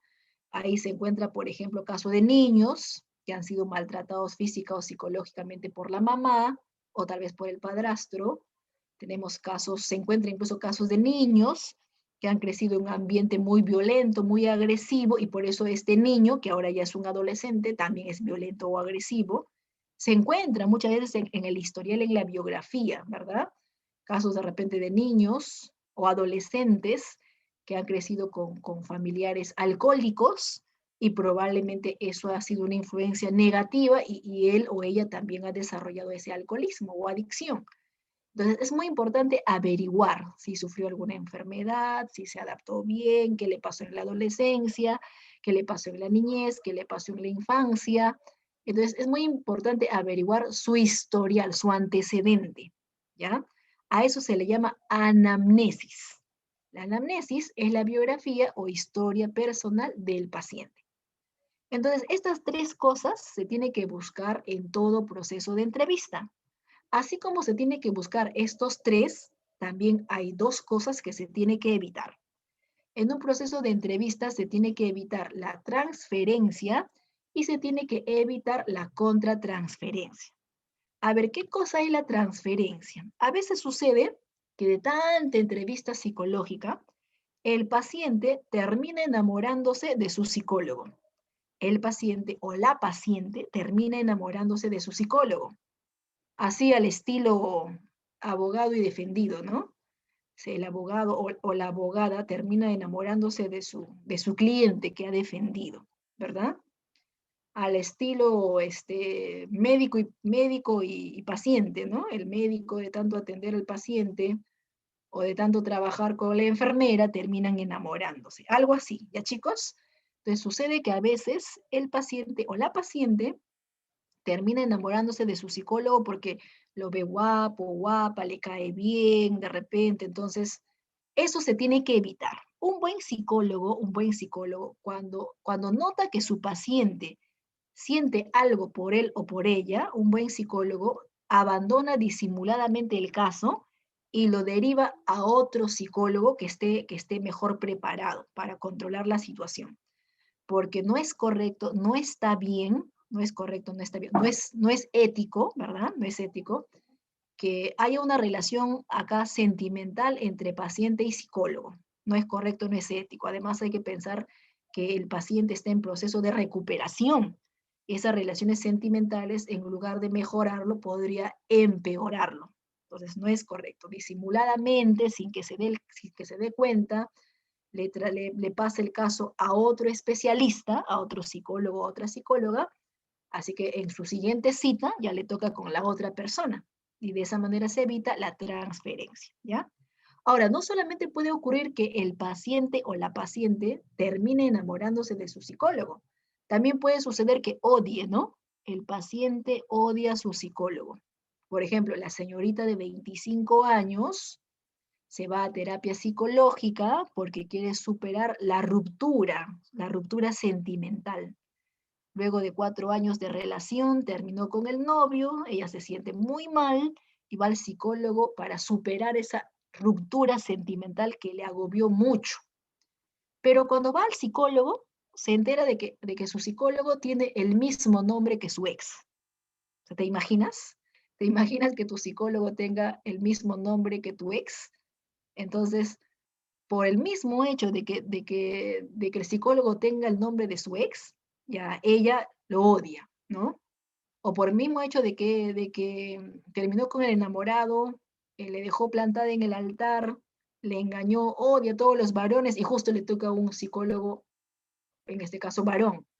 Y por ser hombre, lo odia de repente. Entonces, eso también se tiene que evitar. Cuando el psicólogo se da cuenta que ella o él le odia, o ella o él siente rechazo por esta persona, por este profesional, también tiene que derivar, o sea, darse cuenta que es un caso de transferencia y derivar a otro colega, ¿verdad? A otro colega que pueda manejar mejor y evitar casos de transferencia. A veces sucede que el paciente se enamora de su psicólogo, el paciente odia a su psicólogo o el paciente siente cariño, ¿no? Hay pacientes, por ejemplo, que ven a su psicólogo como su mamá, como su hermano mayor y le cae bien como si fuera un familiar. Ah, es que se parece a mi papá, me recuerda a mi papá, dicen, por eso que voy al psicólogo.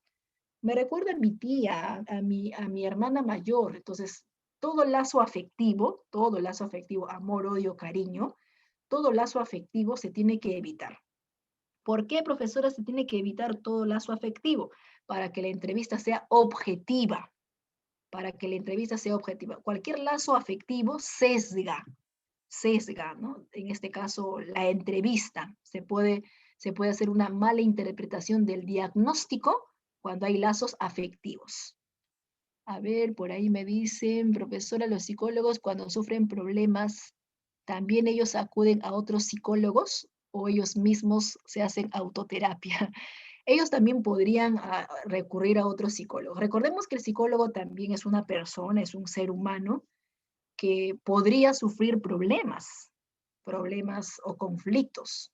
Pocas veces ocurre, pero sí hay casos.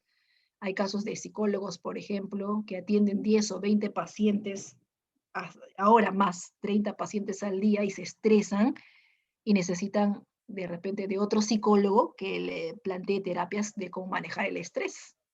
Ahora hay psicólogos que también han visto fallecer producto del COVID a 1, 2 o 3 familiares y también se han hundido en la melancolía o en la tristeza o quizás están sufriendo de insomnio y necesitan la ayuda de un colega, ¿verdad? O sea, digamos, de un psicólogo, que pocas veces ocurre, pero sí ocurre.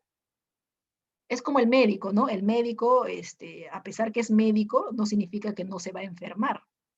El médico, a pesar que es médico, también se podría enfermar. Entonces, el psicólogo, a pesar que es psicólogo, también podría sufrir de algunos problemas y necesitar, pues, un especialista. Por ejemplo, hace muchos años atrás, respondiendo a la pregunta que me han hecho en el chat, hace muchos años atrás, había un penal en el centro de Lima. Ya me olvidé el nombre de ese penal, que hace muchos años atrás había un penal en el centro de Lima.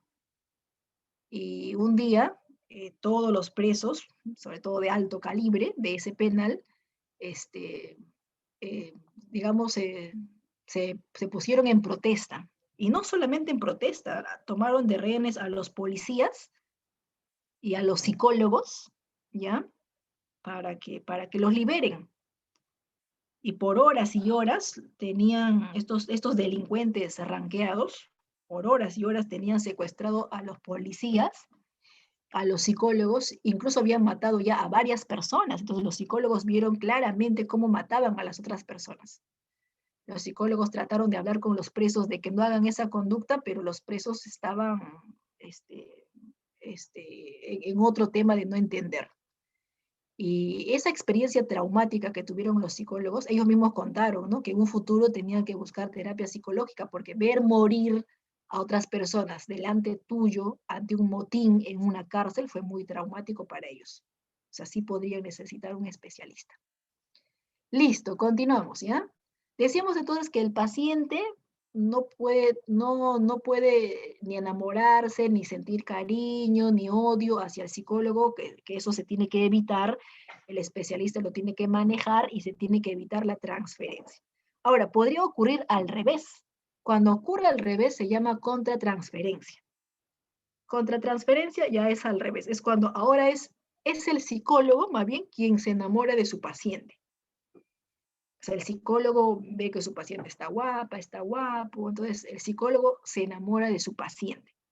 Eso también se tiene que evitar. Repito, el buen profesional sabe que eso no está bien, sabe que eso no es correcto, y en el peor de los casos, si que sucediese, tiene que derivar el caso a otro colega que pueda manejar mejor la entrevista, porque en los códigos éticos profesionales no está permitido eso.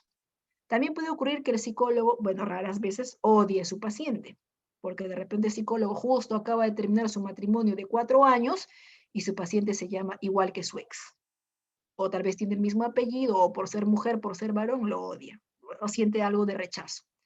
O el psicólogo tal vez mira a su paciente como su hermanito menor, como su sobrinito, como su hermanita menor, le tiene cariño porque le recuerda a su hijo mayor. Entonces, ese tipo de transferencias sentimentales o emocionales, en este caso contratransferencias, no es correcto, se tiene que evitar, ¿ya? ¿Alguno de ustedes tiene algún familiar que es psicólogo? Tu tía, tu prima, que es psicóloga, psicólogo, mamá, papá, que es psicólogo o psicóloga, vecino, vecina, que es La psicólogo o amiga de psicóloga. mi tía es psicóloga. Ya, madrina de repente, padrino, el mejor amigo, la mejor amiga de mi mamá, de mi papá. Ya, ahora, ¿por qué le hago esa pregunta? A veces sucede que la mamá dice, hijito, te veo que estás muy mal, así que le voy a decir a mi amiga que es psicóloga que te trate. O le voy a decir a nuestra prima tal, a nuestra tía tal, ¿verdad? Que es psicóloga que te trate. No se recomienda, en terapia psicológica no se recomienda que alguien de la familia sea nuestro psicólogo. No se recomienda que la amiga de nuestra mamá o en este caso nuestra madrina sea nuestra psicóloga. ¿Por qué no? Para evitar esto que acabo de señalar, la transferencia, la contratransferencia. Si tu madrina es tu psicóloga, o sea, tú ya le tienes un cariño a tu madrina. O si la mejor amiga de nuestra mamá es la psicóloga, entonces ya hay un lazo afectivo entre la mamá y en este caso, y la amiga. Y ese lazo puede interferir en nuestra entrevista. De preferencia tiene que ser una tercera persona neutra, que no sea amigo, amiga, familiar o conocido, para evitar esto, ¿no? La transferencia o contratransferencia, evitar el cariño que siente por nuestros padres o el cariño que siente por nosotros. Es importante que sea una persona neutra, porque si no, repito, se pierde la objetividad, se sesga, se malinterpreta y puede salir cualquier otro diagnóstico y eso no va a ser bueno para el paciente. ¿Ya, chicos? Muy bien, jovencitos. Ya por ahí me dicen que la madrina, ¿no? Es la psicóloga. Y bueno, ya sabemos, ¿verdad?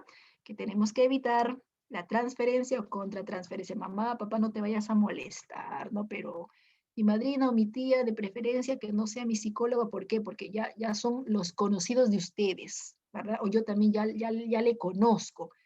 Y como hay un cariño, hay un lazo afectivo, una aceptación o quizás hasta un rechazo, puede perjudicar la entrevista. Bien, teniendo en cuenta esos detalles, entonces, ya sabemos, ¿verdad? Que tenemos que buscar de preferencia a otro especialista. Listo, pasamos a la dirigida entonces, a las preguntitas. Primera pregunta, a ver, dice, estudiantes de psicología deciden hacer una investigación en una institución preuniversitaria, o sea, en una academia. En una academia preuniversitaria, los alumnos de psicología quieren hacer una investigación, planteándose para ello con la autorización del director de la academia, ¿cierto? Eso es cierto, ¿no? Cuando queremos hacer una investigación en un colegio, en una academia, el director, que es la máxima autoridad, tiene que otorgarnos el permiso. O sea, siempre se pide permiso. Se le pide a la autorización del director de la academia. A ver, ¿qué es lo que quieren? Observar y obtener información sobre las características en el uso de la técnica de estudio denominado toma de apuntes que realizan los estudiantes. El método de investigación que se estaría empleando, el método de investigación que estarían empleando los estudiantes de psicología son de tipo, a ver, tenemos acá las alternativas. Nuevamente vamos a repetir la pregunta. Estudiantes de psicología deciden hacer una investigación en una institución preuniversitaria, planteándose por ello con la autorización del director. Observar y tomar apuntes sobre las características. A ver, si están observando, obviamente están usando el método observacional, ¿verdad? Porque acá dice observar y obtener información sobre las características. ¿Qué están observando? Las características de una técnica de toma de apuntes que realizan los estudiantes, ¿verdad? O sea, los estudiantes están escuchando la clase, están tomando apuntes, tomando nota de lo que escuchan en la clase, y los psicólogos están observando cómo los estudiantes anotan la clase. Entonces, el método que se está empleando es el método observacional. La respuesta entonces sería la segunda alternativa, ¿cierto? Muy bien, Sareli, muy bien, Ibáñez. La respuesta sería la segunda alternativa, la B.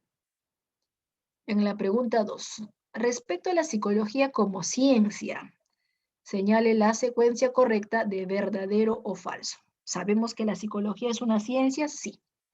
Entonces me pide verdadero o falso. 1. Como ciencia usa el método experimental. ¿Verdadero o falso? La 1 es verdadero. Como ciencia no solamente usa el método experimental, ¿verdad? O usa los métodos que acabamos de mencionar. Puede usar el método de la observación, puede usar el método Hipótesis. experimental, la hipótesis, que forma parte en este caso del método experimental, la psicometría. Hay varios métodos que usa la psicología como ciencia. Entonces, sí, es correcto. ¿Hace uso del método experimental? Sí, sería verdadero la pregunta número 2. En la 1, perdón. En la 2 me dice, ¿estudia el psiquismo y la conducta? La psicología como ciencia estudia el psiquismo y la conducta. Sí, la psicología es una ciencia que estudia el psiquismo, o sea, los procesos mentales, estudia los procesos mentales y también estudia la conducta. La diferencia es que la conducta se puede ver, o sea, la conducta es observable, los procesos mentales no son observables. La memoria, el pensamiento, por ejemplo, son procesos mentales, no se puede ver. Entonces, la 2, ¿será correcto? Sí. Es correcto la 1, es correcto la 2. 3. La psicología como ciencia plantea teorías sobre la personalidad también. Vamos a ver más adelante. Más adelante vamos a tener una clase completita de personalidad. Ahí vamos a hablar de las teorías de la personalidad, también vamos a hablar de las teorías del aprendizaje, de las teorías sobre la inteligencia. Todas son verdaderas, entonces, ¿cierto, Ibáñez? Muy bien, todas las alternativas son correctas, profesora. A ver, ¿qué clave elegimos? Ahí tenemos entonces las alternativas y elegimos la C. Alessandra me dice, elegimos la C. Muy bien. Rosario, elegimos la C, por supuesto. Entonces, en la pregunta 2, la respuesta sería la alternativa C. En la pregunta 3, en una provincia cusqueña, la población está cansada de que jóvenes entre el 17 y 22 años liben licor, o sea, consumen licor y protagonicen escenas bochornosas en las calles, en las plazas los fines de semana. Incluso han redactado y firmado un memorial pidiendo al alcalde que contrate un psicólogo para ayudar a prevenir este problema en la comunidad. Su pedido ha sido aceptado, por lo tanto, el psicólogo más indicado para afrontar esta problemática sería el de la especialidad. A ver, ¿cuál de todos? ¿Cuál de todos sería el más indicado, no? Muy bien, Alessandra. Social. Muy bien, la señorita que acaba de mencionarme por el audio. La respuesta es psicología social. La segunda alternativa es psicología social. Hemos dicho que los psicólogos sociales estudian las costumbres, estudian las creencias, pero también lo que sucede en nuestro entorno, actitudes, prejuicios, discriminación. Y acá hay un problema de conducta, ¿no? Hay un problema de actitudes en la población. Entonces, varios jóvenes están teniendo la actitud negativa de estar bebiendo en plena calle del Cusco. Además, Cusco sabemos pues que a nivel turístico es uno de los lugares más concurridos, más visitados. Pero ha habido denuncias de que, bueno, antes de la cuarentena, ha habido denuncias de que muchos jóvenes cometen pues bullicio, situaciones bochornosas, consumo de bebidas alcohólicas. Entonces son actitudes negativas, ¿verdad? Es un tema que está sucediendo alrededor de este lugar, en las calles. Entonces el psicólogo social tiene que tratar esta problemática que sería pues el alcoholismo, el buen comportamiento en las calles, el respeto, ¿no? El respeto hacia los demás. Porque si tú vas a beber, bebe de forma moderada, bebe en tu casa, ¿verdad? Bebe respetando la cuarentena, pero sí, sin respetar, en este caso, la convivencia con los demás, entonces sería abordado por la psicología social. Es un problema que sucede en la calle, ¿verdad? Psicología social. Si este problema hubiese sucedido en el colegio, entre alumnos de 12, 13 años, ahí si fuera en el colegio, esa problemática, ahí sí hubiera sido psicología educativa, ¿verdad? Si hubiera sido un problema individual de un joven o de un señor que quiere ayuda, así de manera individual, ahí sí hubiera sido abordado por el psicólogo clínico. Pero como son varias personas que están en la calle, el psicólogo social, o sea, es parte del contexto de la sociedad. Si este problema de alcoholismo hubiera sido en el trabajo, se detectó a trabajadores de 17 a 22 años bebiendo alcohol, producto del estrés en el trabajo, ahí sería abordado por el psicólogo organizacional, ¿verdad? Pero como es un problema social, porque no respetan a la buena convivencia con los demás, entonces la psicología social se encarga de investigar este caso. Entonces, en la 3, la segunda alternativa sería la respuesta. 4. Martín tiene el deseo de estudiar arquitectura y se ha propuesto iniciar su preparación preuniversitaria. Él se ha trazado metas para alcanzar su objetivo. Las metas que orientan las acciones de Martín son esencialmente ¿de qué tipo? Las metas, los objetivos. Cognitivas. A ver, ahora vamos a explicar cuál es la diferencia en cada uno de ellos, ¿ya? Me están pidiendo que retroceda. Ahorita voy a retroceder, termino de explicar la 4 y retrocedo, ¿les parece? Muy bien, explico entonces, a ver. Hay dos tipos de procesos mentales, perdón, tres tipos. Hay procesos mentales cognitivos, hay procesos mentales afectivos y hay procesos mentales volitivos, llamado también conativos. Volitivos o llamado también conativos. Hay tres tipos de procesos mentales. La memoria, por ejemplo, la memoria y el pensamiento, por ejemplo, son cognitivos. La memoria y el pensamiento son cognitivos. Afectivos serían las emociones, los sentimientos, las pasiones. Ellos son afectivos, tienen que ver con nuestros afectos.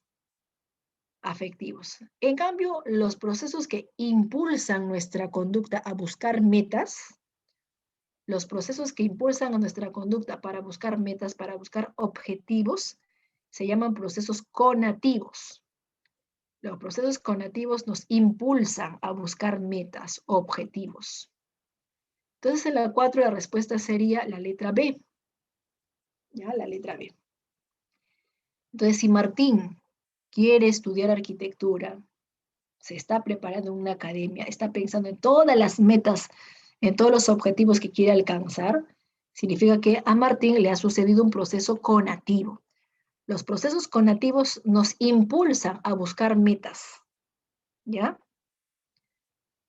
A ver, por ahí me consultan, ¿y qué serían los procesos básicos, profesora? Bueno, los procesos básicos son los procesos mentales que tienen solamente los animales.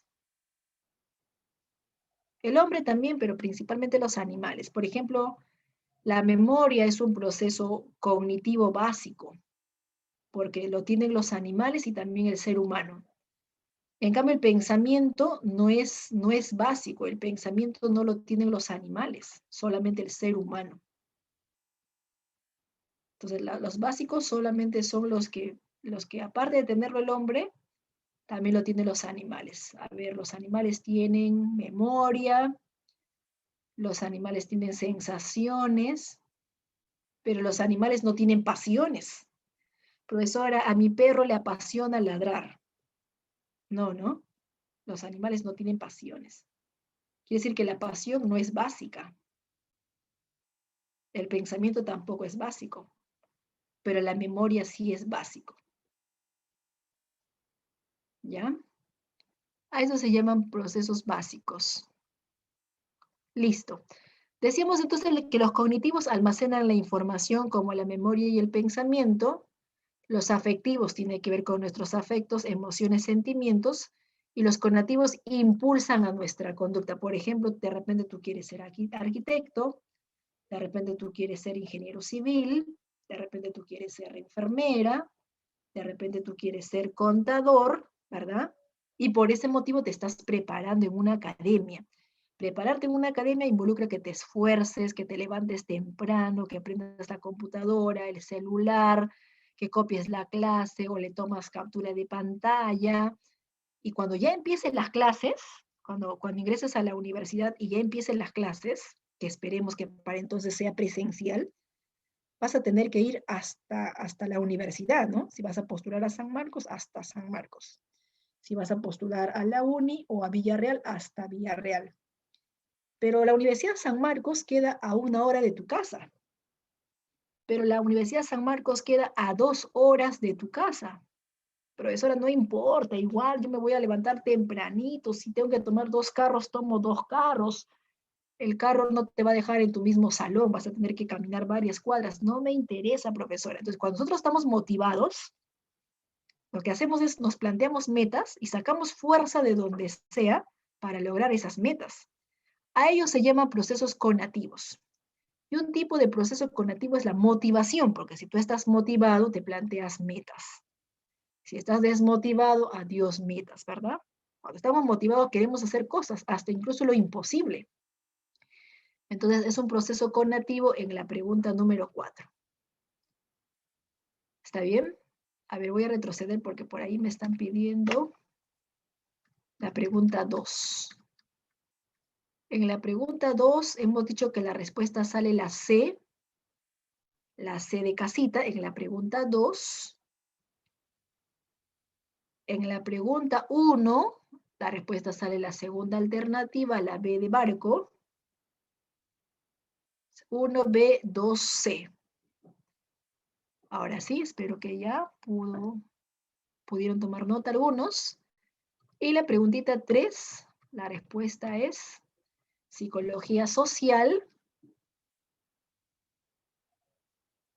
Psicología social, la pregunta 4, los procesos conativos, como la motivación, como la voluntad, nos hace pensar en metas. Entonces, en la 4 la respuesta es procesos conativos. Toma nota, ¿ya? A los procesos conativos también se le llama volitivos, con V. Volitivos, así también se le conoce, conativos o volitivos. Con V se escribe volitivos. Pasamos a la preguntita 5. Relacione los métodos de investigación con las alternativas. A ver, tenemos que relacionar. Por ejemplo, acá me habla del método descriptivo. La observación es un método descriptivo. Acá me habla de la observación. Aquí me habla del segundo método, el método experimental. Y acá hay un método nuevo que voy a explicar ahorita, llamado método correlacional. Vamos a relacionar, ¿ya? A ver, por ejemplo, en la alternativa, en la A me dice, quiere estudiar los efectos de un programa de organizadores gráficos en el aprendizaje. Si yo quiero estudiar la causa y el efecto, ¿se acuerdan? Efectos del consumo del café, por ejemplo, ¿no? Efectos del consumo de café. ¿En qué método hemos investigado los efectos del consumo de café? Muy bien, Ibáñez, en el método experimental. ¿verdad? Se parece, ¿no? Se parece, solo que acá en lugar de decir efectos del consumo del café, dice efectos del uso de un programa de organizadores. Efectos del uso del programa de organizadores. Entonces, esto se parece al método experimental. Claro, causa-efecto, ¿verdad? Entonces, la 3 sería con la A. Por supuesto, la 3 sería con la A. Ahí están las alternativas. La 3 sería con la A. Algunos ya me están dando claves. Muy bien, chicos. La 3 sería con la A. En la segunda alternativa me dice características psicológicas de los usuarios del SIS. Características, si yo quiero tener las características, ¿qué método voy a aplicar? La observación, porque la observación permite anotar, describir características, o sea, cómo son los usuarios del SIS, cómo son. Son impacientes, son tolerantes, son violentos, hacen su colita respetando. ¿Cómo son? Yo me pongo a observar y anoto, ¿no? Cómo son cada uno de ellos. Entonces, la 1 debe ser con la B. 1 con B. Entonces, 1 con B. Entonces, profesora, lo que queda, correlacionar será con la C. Bueno, sí, ¿no? Sí, sería con la C. Lo que queda, pero vamos a explicar en qué consiste el método correlacional. El método correlacional es muy parecido al método experimental. Se parecen porque en el método experimental se investigan dos cosas. En el método correlacional también se investigan dos cosas. Por ejemplo, mira, quieren investigar la relación que existe entre el estrés y el ausentismo laboral.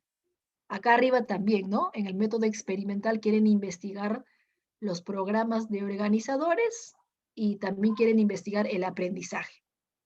De ahí que se parecen. En el método experimental se investiga dos cosas y en el método correlacional también se investigan dos cosas. Hasta ahí se parecen. Pero ¿cuál es la diferencia? Porque yo necesito la diferencia para saber. La diferencia es que en el método experimental hay causa-efecto. Hay causa-efecto. Pero si observas en el método correlacional no hay causa, no hay efecto. Lo único que yo quiero averiguar es qué tanto se relaciona el uno con el otro. O sea, busco la relación. Por eso se llama correlacional. Busco la relación que hay el uno con el otro. No hay causa y efecto. Cuando no hay causa y efecto es que estoy empleando el método correlacional. Solamente quiero saber qué tanto se relaciona el estrés con el ausentismo laboral. Y averiguo, ¿no? Entrevisto, averiguo los trabajadores, recopilo información, pero acá no hay causa y efecto, ¿verdad? Yo no puedo decir que el estrés genera ausentismo laboral. El ausentismo laboral puede ser por otros motivos también. Acá no hay causa y efecto. Cuando no hay causa y efecto, entonces estoy aplicando el método correlacional. De ahí que en la 5, la 2 sería con la C. Claves. ¿Qué claves has marcado? Lezama me dice la cuarta alternativa, Sareli la cuarta alternativa, Stephanie la cuarta alternativa, al igual que Rosario y Rosario, ¿verdad? La cuarta alternativa. D. D. D me dice 1 con B, sí, 1 es con B. 2 con C, por supuesto, 2 es, perdón, acá, ¿no? 2 es con C. 3 es con A, 3 es con A. Efectos, consecuencias, método experimental. 5, la letra D, D de dadito. 6, los procesos psíquicos que procesa información mentalmente, bajo las imágenes, bajo los conceptos, bajo las palabras, reglas o símbolos, son representaciones esencialmente, te había dicho que hay 3 tipos de procesos mentales, ¿no? Los cognitivos, los afectivos y los conativos, llamados también volitivos. Este último nos hace pensar en metas. En cambio, los afectivos tienen que ver con sentimientos y emociones. Los cognitivos son los que procesan la información. Y justo lo que me preguntan en las 6. Me dice, ¿cómo se llaman los procesos psíquicos que procesan la información? Si procesan la información, ya sea elaborando imágenes, ya sea elaborando conceptos o símbolos, a esos procesos se llaman procesos cognitivos. Los procesos cognitivos elaboran o registran la información. ¿Ya? Un ejemplo de proceso cognitivo, toma nota, un ejemplo de proceso cognitivo es la memoria. Y otro ejemplo de proceso cognitivo es el pensamiento. La memoria y el pensamiento elaboran la información, procesan la información. De ahí que en las 6 la respuesta sería la alternativa A. Muy bien chicos, la alternativa A. En la 7, en el Poder Judicial, los jueces valoran los informes psicológicos realizados por los profesionales de la salud mental, quienes evalúan las características psicológicas de los implicados a fin de ayudar al juez a tomar una decisión sobre si corresponde o no corresponde sancionar. El psicólogo que interviene en este caso tendría, ¿qué especialidad? A ver, ¿cómo se llama la rama de la psicología que trabaja con jueces, que trabaja con fiscales, con conductas criminales o delincuenciales? Muy Forense. bien, Lesama, tu respuesta está bien. Su compañera también que menciona a través del audio, su respuesta es correcta. Rosario, al igual que Danae, ¿verdad? Tu respuesta es correcta. Muy bien, psicólogo forense, el psicólogo forense, el que trabaja en las cárceles, en los penales, en el Palacio de Justicia, de la mano con los jueces, con los fiscales, con los abogados, porque elabora el perfil del delincuente, su salud mental, si lo hizo con alevosía, con ventaja, premeditado, calculado, fríamente, o tal vez no es culpable, pero se está echando la culpa y está mintiendo. Entonces, evaluándolo, tomando las pruebas, ahí sale, ¿no? Su grado de culpabilidad o de repente su inocencia. Y decíamos que de acuerdo a eso, o más años de condena o menos años de condena. El psicólogo forense también trabaja en las cárceles. En las cárceles, por ejemplo, los psicólogos forenses aplican, para rehabilitar a los presos, aplican la terapia ocupacional. Muchos psicólogos en las cárceles fomentan talleres para los presos, por ejemplo, talleres de modelaje, talleres, por ejemplo, de cocina, incluso deporte, fomentan el deporte en las cárceles, también de la mano con otros docentes fomenta talleres donde le enseñan, por ejemplo, a hacer medallas, pulseras, llaveros, platitos, tacitas. Lo que pasa es que cuando la mente está ocupada de los presos, no solamente pasa más rápido el tiempo, sino que no están pensando en cosas negativas. La terapia ocupacional es muy buena, porque cuando tu mente está ocupada haciendo cosas, sobre todo cosas productivas, entonces el tiempo pasa más rápido, nos distraemos y no estamos pensando en cosas, repito, inapropiadas. Entonces, en los presos, imagínate, ¿no? Los presos tienen que estar ahí 10 años, 5 años, 8 años, 20 años. Esa terapia ocupacional les ayuda a reinsertarse, les va a ayudar en un futuro a reinsertarse en la sociedad, a aprender a socializar, a interactuar con los demás. Entonces, hay varias terapias o varios talleres que se hacen en las cárceles. Lamentablemente el Estado no le da mucha importancia en este caso, a la situación mental de los presos. Tanto es así que hay un psicólogo o a lo mucho 2 psicólogos para toda una cárcel hacinada. O sea, es mucha, la población es exagerada. De ahí que como invierten poco, el presupuesto es poco para que se rehabiliten los presos, en lugar de salir mejor de la cárcel, salen hasta peor, porque no se están preocupando por la salud mental de los presos, por resocializarlos. Los juntan 10, 20, 30 en un solo pabellón o en una sola cárcel, 8, 9 o 10. Con razón están pensando en otra conducta criminal, porque si hasta se han hecho amigos entre ellos, así como se van a rehabilitar. Psicólogo forense, entonces. La 8 es para relacionar. A ver, ¿qué tenemos que relacionar? Los procesos mentales, ¿verdad? Habíamos dicho que hay 3 procesos mentales. Los cognitivos, que procesan la información.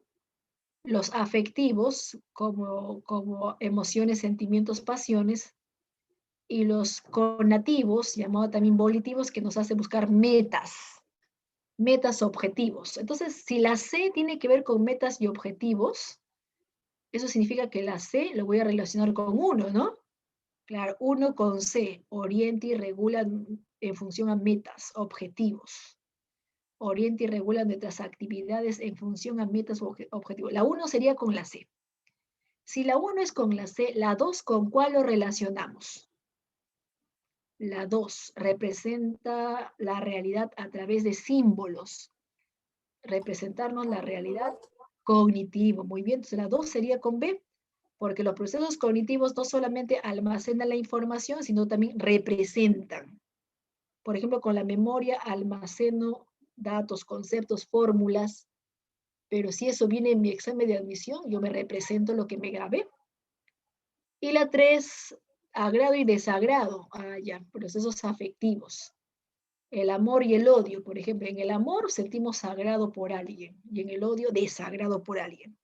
Agrado y desagrado, amor y odio son ejemplos de sentimientos. Ahora sí, relacionamos entonces la 1 sería con la C, la 2 sería con la B, 1 con la C, 2 con la B y 3 con la A. A ver, 3 con la A, vamos a verificar si 3 sale con la A. Por supuesto. Ahora sí, claves. La última, ¿no? La última alternativa. Saori, ¿está bien tu respuesta? Rosario, la cuarta alternativa. Geraldine también me dice la cuarta alternativa. Entonces, ahí está la respuesta, la cuarta alternativa en la pregunta 8. 9. En la investigación titulada Efectos del uso de estrategias de relación para la mejora del rendimiento académico en estudiantes preuniversitarios. Bueno, si me dice efectos, es que están usando el método experimental, porque la profesora dijo causa-efecto, método experimental.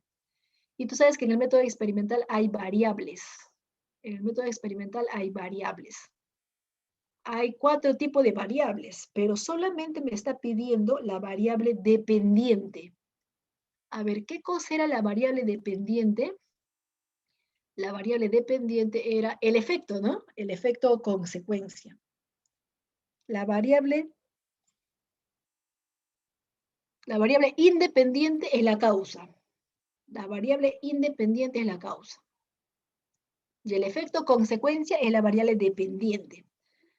Bueno, para hallar las 2 primeras variables, porque acá me pide la segunda, para hallar las 2 primeras variables tengo que preguntarme qué se está investigando, chicos. ¿Qué se está investigando? A ver, mira, está entre comillas.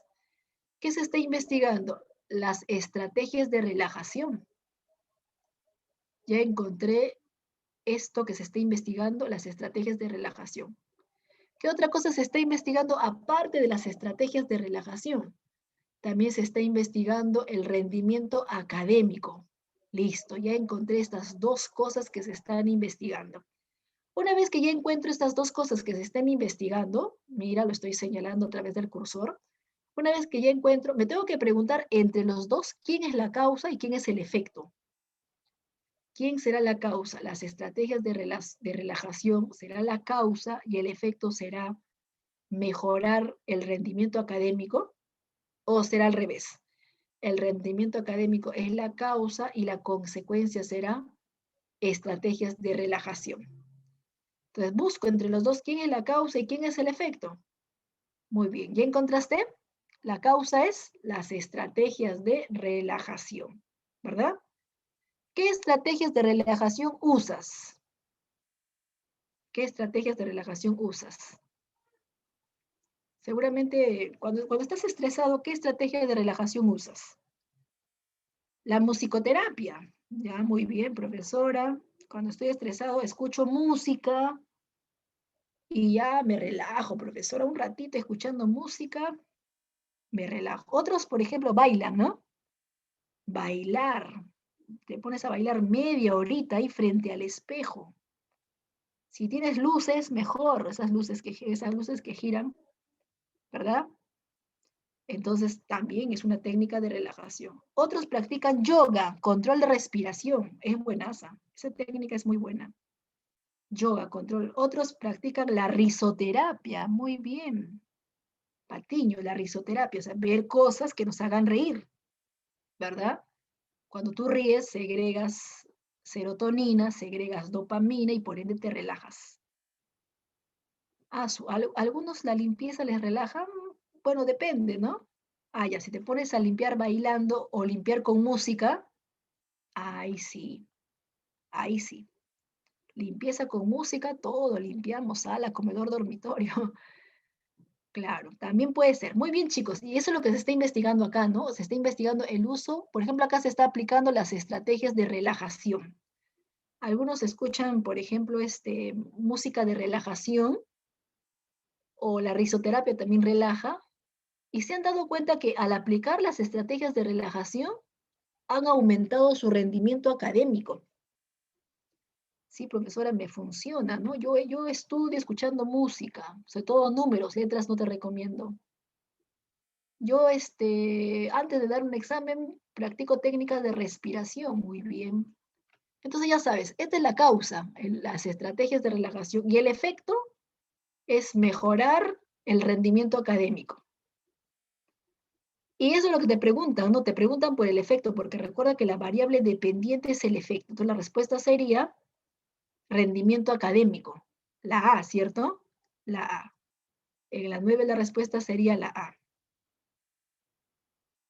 Así es, Danae. La A sería la respuesta.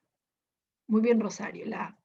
Y llegamos a la última preguntita, chicos. Para investigar el impacto de un programa de intervención en adicciones a los videojuegos y el uso de las redes sociales, un grupo de psicólogos brinda el programa durante un año en un colegio a un grupo de estudiantes de la sección A, mientras que los estudiantes de la sección B no se le aplica nada. O sea, se hace una investigación en alumnos de la sección A, ¿cierto? Pero en alumnos de la sección B no se le aplica nada. Ahora dice, al finalizar, concluyen que las mejores obtenidas se deben a esta intervención, o sea, a esta investigación. En relación al método de investigación, ¿qué es correcto afirmar? A ver, la clave A dice, el programa de intervención en mención es variable independiente. Esto es falso, porque si lo que están pretendiendo es investigar los programas de intervención, esto sería más bien una variable independiente, porque yo quiero saber cuál es la causa de este programa de intervención en las adicciones a los videojuegos. O sea, le estoy aplicando un programa de intervención, un programa de terapia, y quiero saber si ahí mejora su adicción o desaparece su adicción. Entonces, esta sería la causa. Los programas de intervención, la causa, y las adicciones, el efecto consecuencia. Si esto que estoy señalando es la causa, entonces recordemos que la causa se le llama variable independiente. Pero acá, ¿qué dice? Por eso que es falso. ¿Ya? La 2 me dice, en este caso se evidencia una aplicación del método de investigación descriptivo. No, no es descriptivo. La observación era descriptivo. Acá se está utilizando el método experimental. La C me dice, los alumnos de la sección B de este colegio forman parte del grupo de control. Esto sería la respuesta, chicos. En la pregunta 10 la respuesta sería la C. ¿Por qué en la pregunta 10 la respuesta es la C? Mira, recuerda que la investigación solamente se hace con alumnos de la sección A, pero a los alumnos de la sección B no le aplican nada. Siempre cuando se hace un experimento, al grupo que se le aplica algo se llama grupo experimental. Y al grupo donde no se le aplica nada se llama grupo de control. Y siempre en un experimento hay dos grupos, el grupo a la cual se le aplica algo y al grupo a la cual no se le aplica nada. Repito, al grupo que no se le aplica nada se llama grupo de control. Lo mismo pasó con la vacuna. En la vacuna también se pidió 3.000 voluntarios, a la mitad, a 1.500 se le aplicó la vacuna y a los otros 1.500 se le aplicó cualquier cosa menos la vacuna. Lo llamaron placebo, no sé si han escuchado hablar del placebo. El placebo es cualquier cosa menos la vacuna. Obviamente eso los voluntarios no lo sabían. Sí se dijo en los medios de comunicación, pero los voluntarios no tienen por qué saberlo. Eso lo saben los investigadores. Y al azar, ¿no? Al azar hay un grupo que le aplicaron la vacuna y otro grupo no le aplicaron la vacuna. Al grupo donde no se le hace el experimento, en este caso no se le aplica la vacuna, se le llama grupo de control.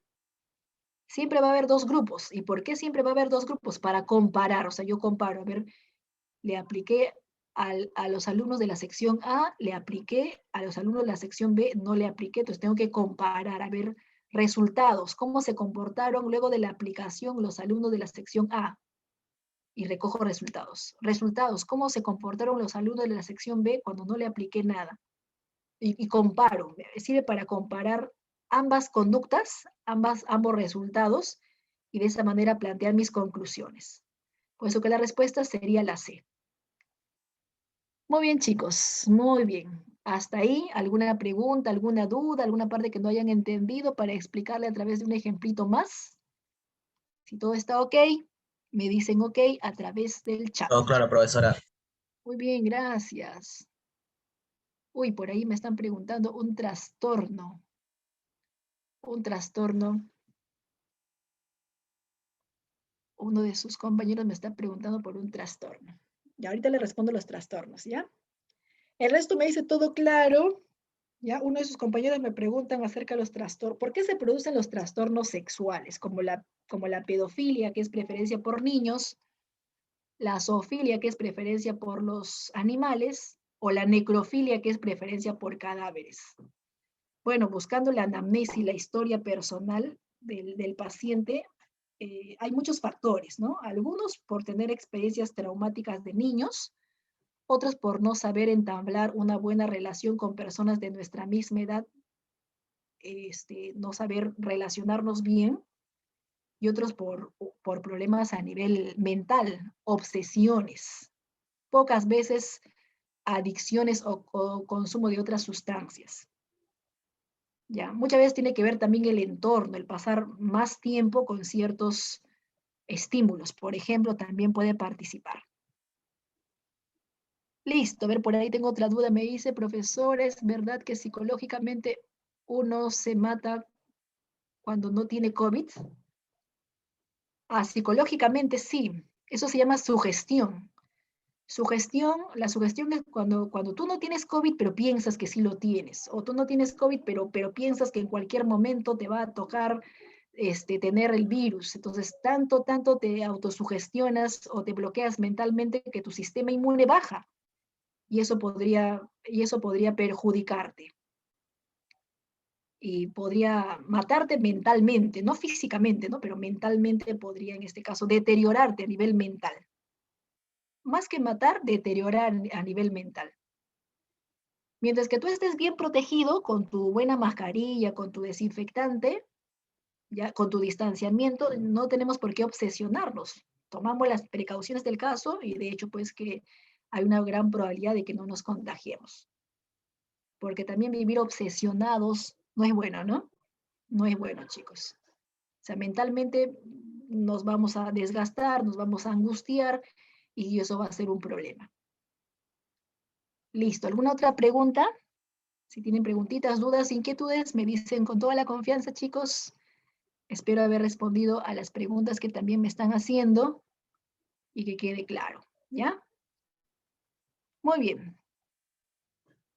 Listo, chicos. Muchas gracias entonces por su atención.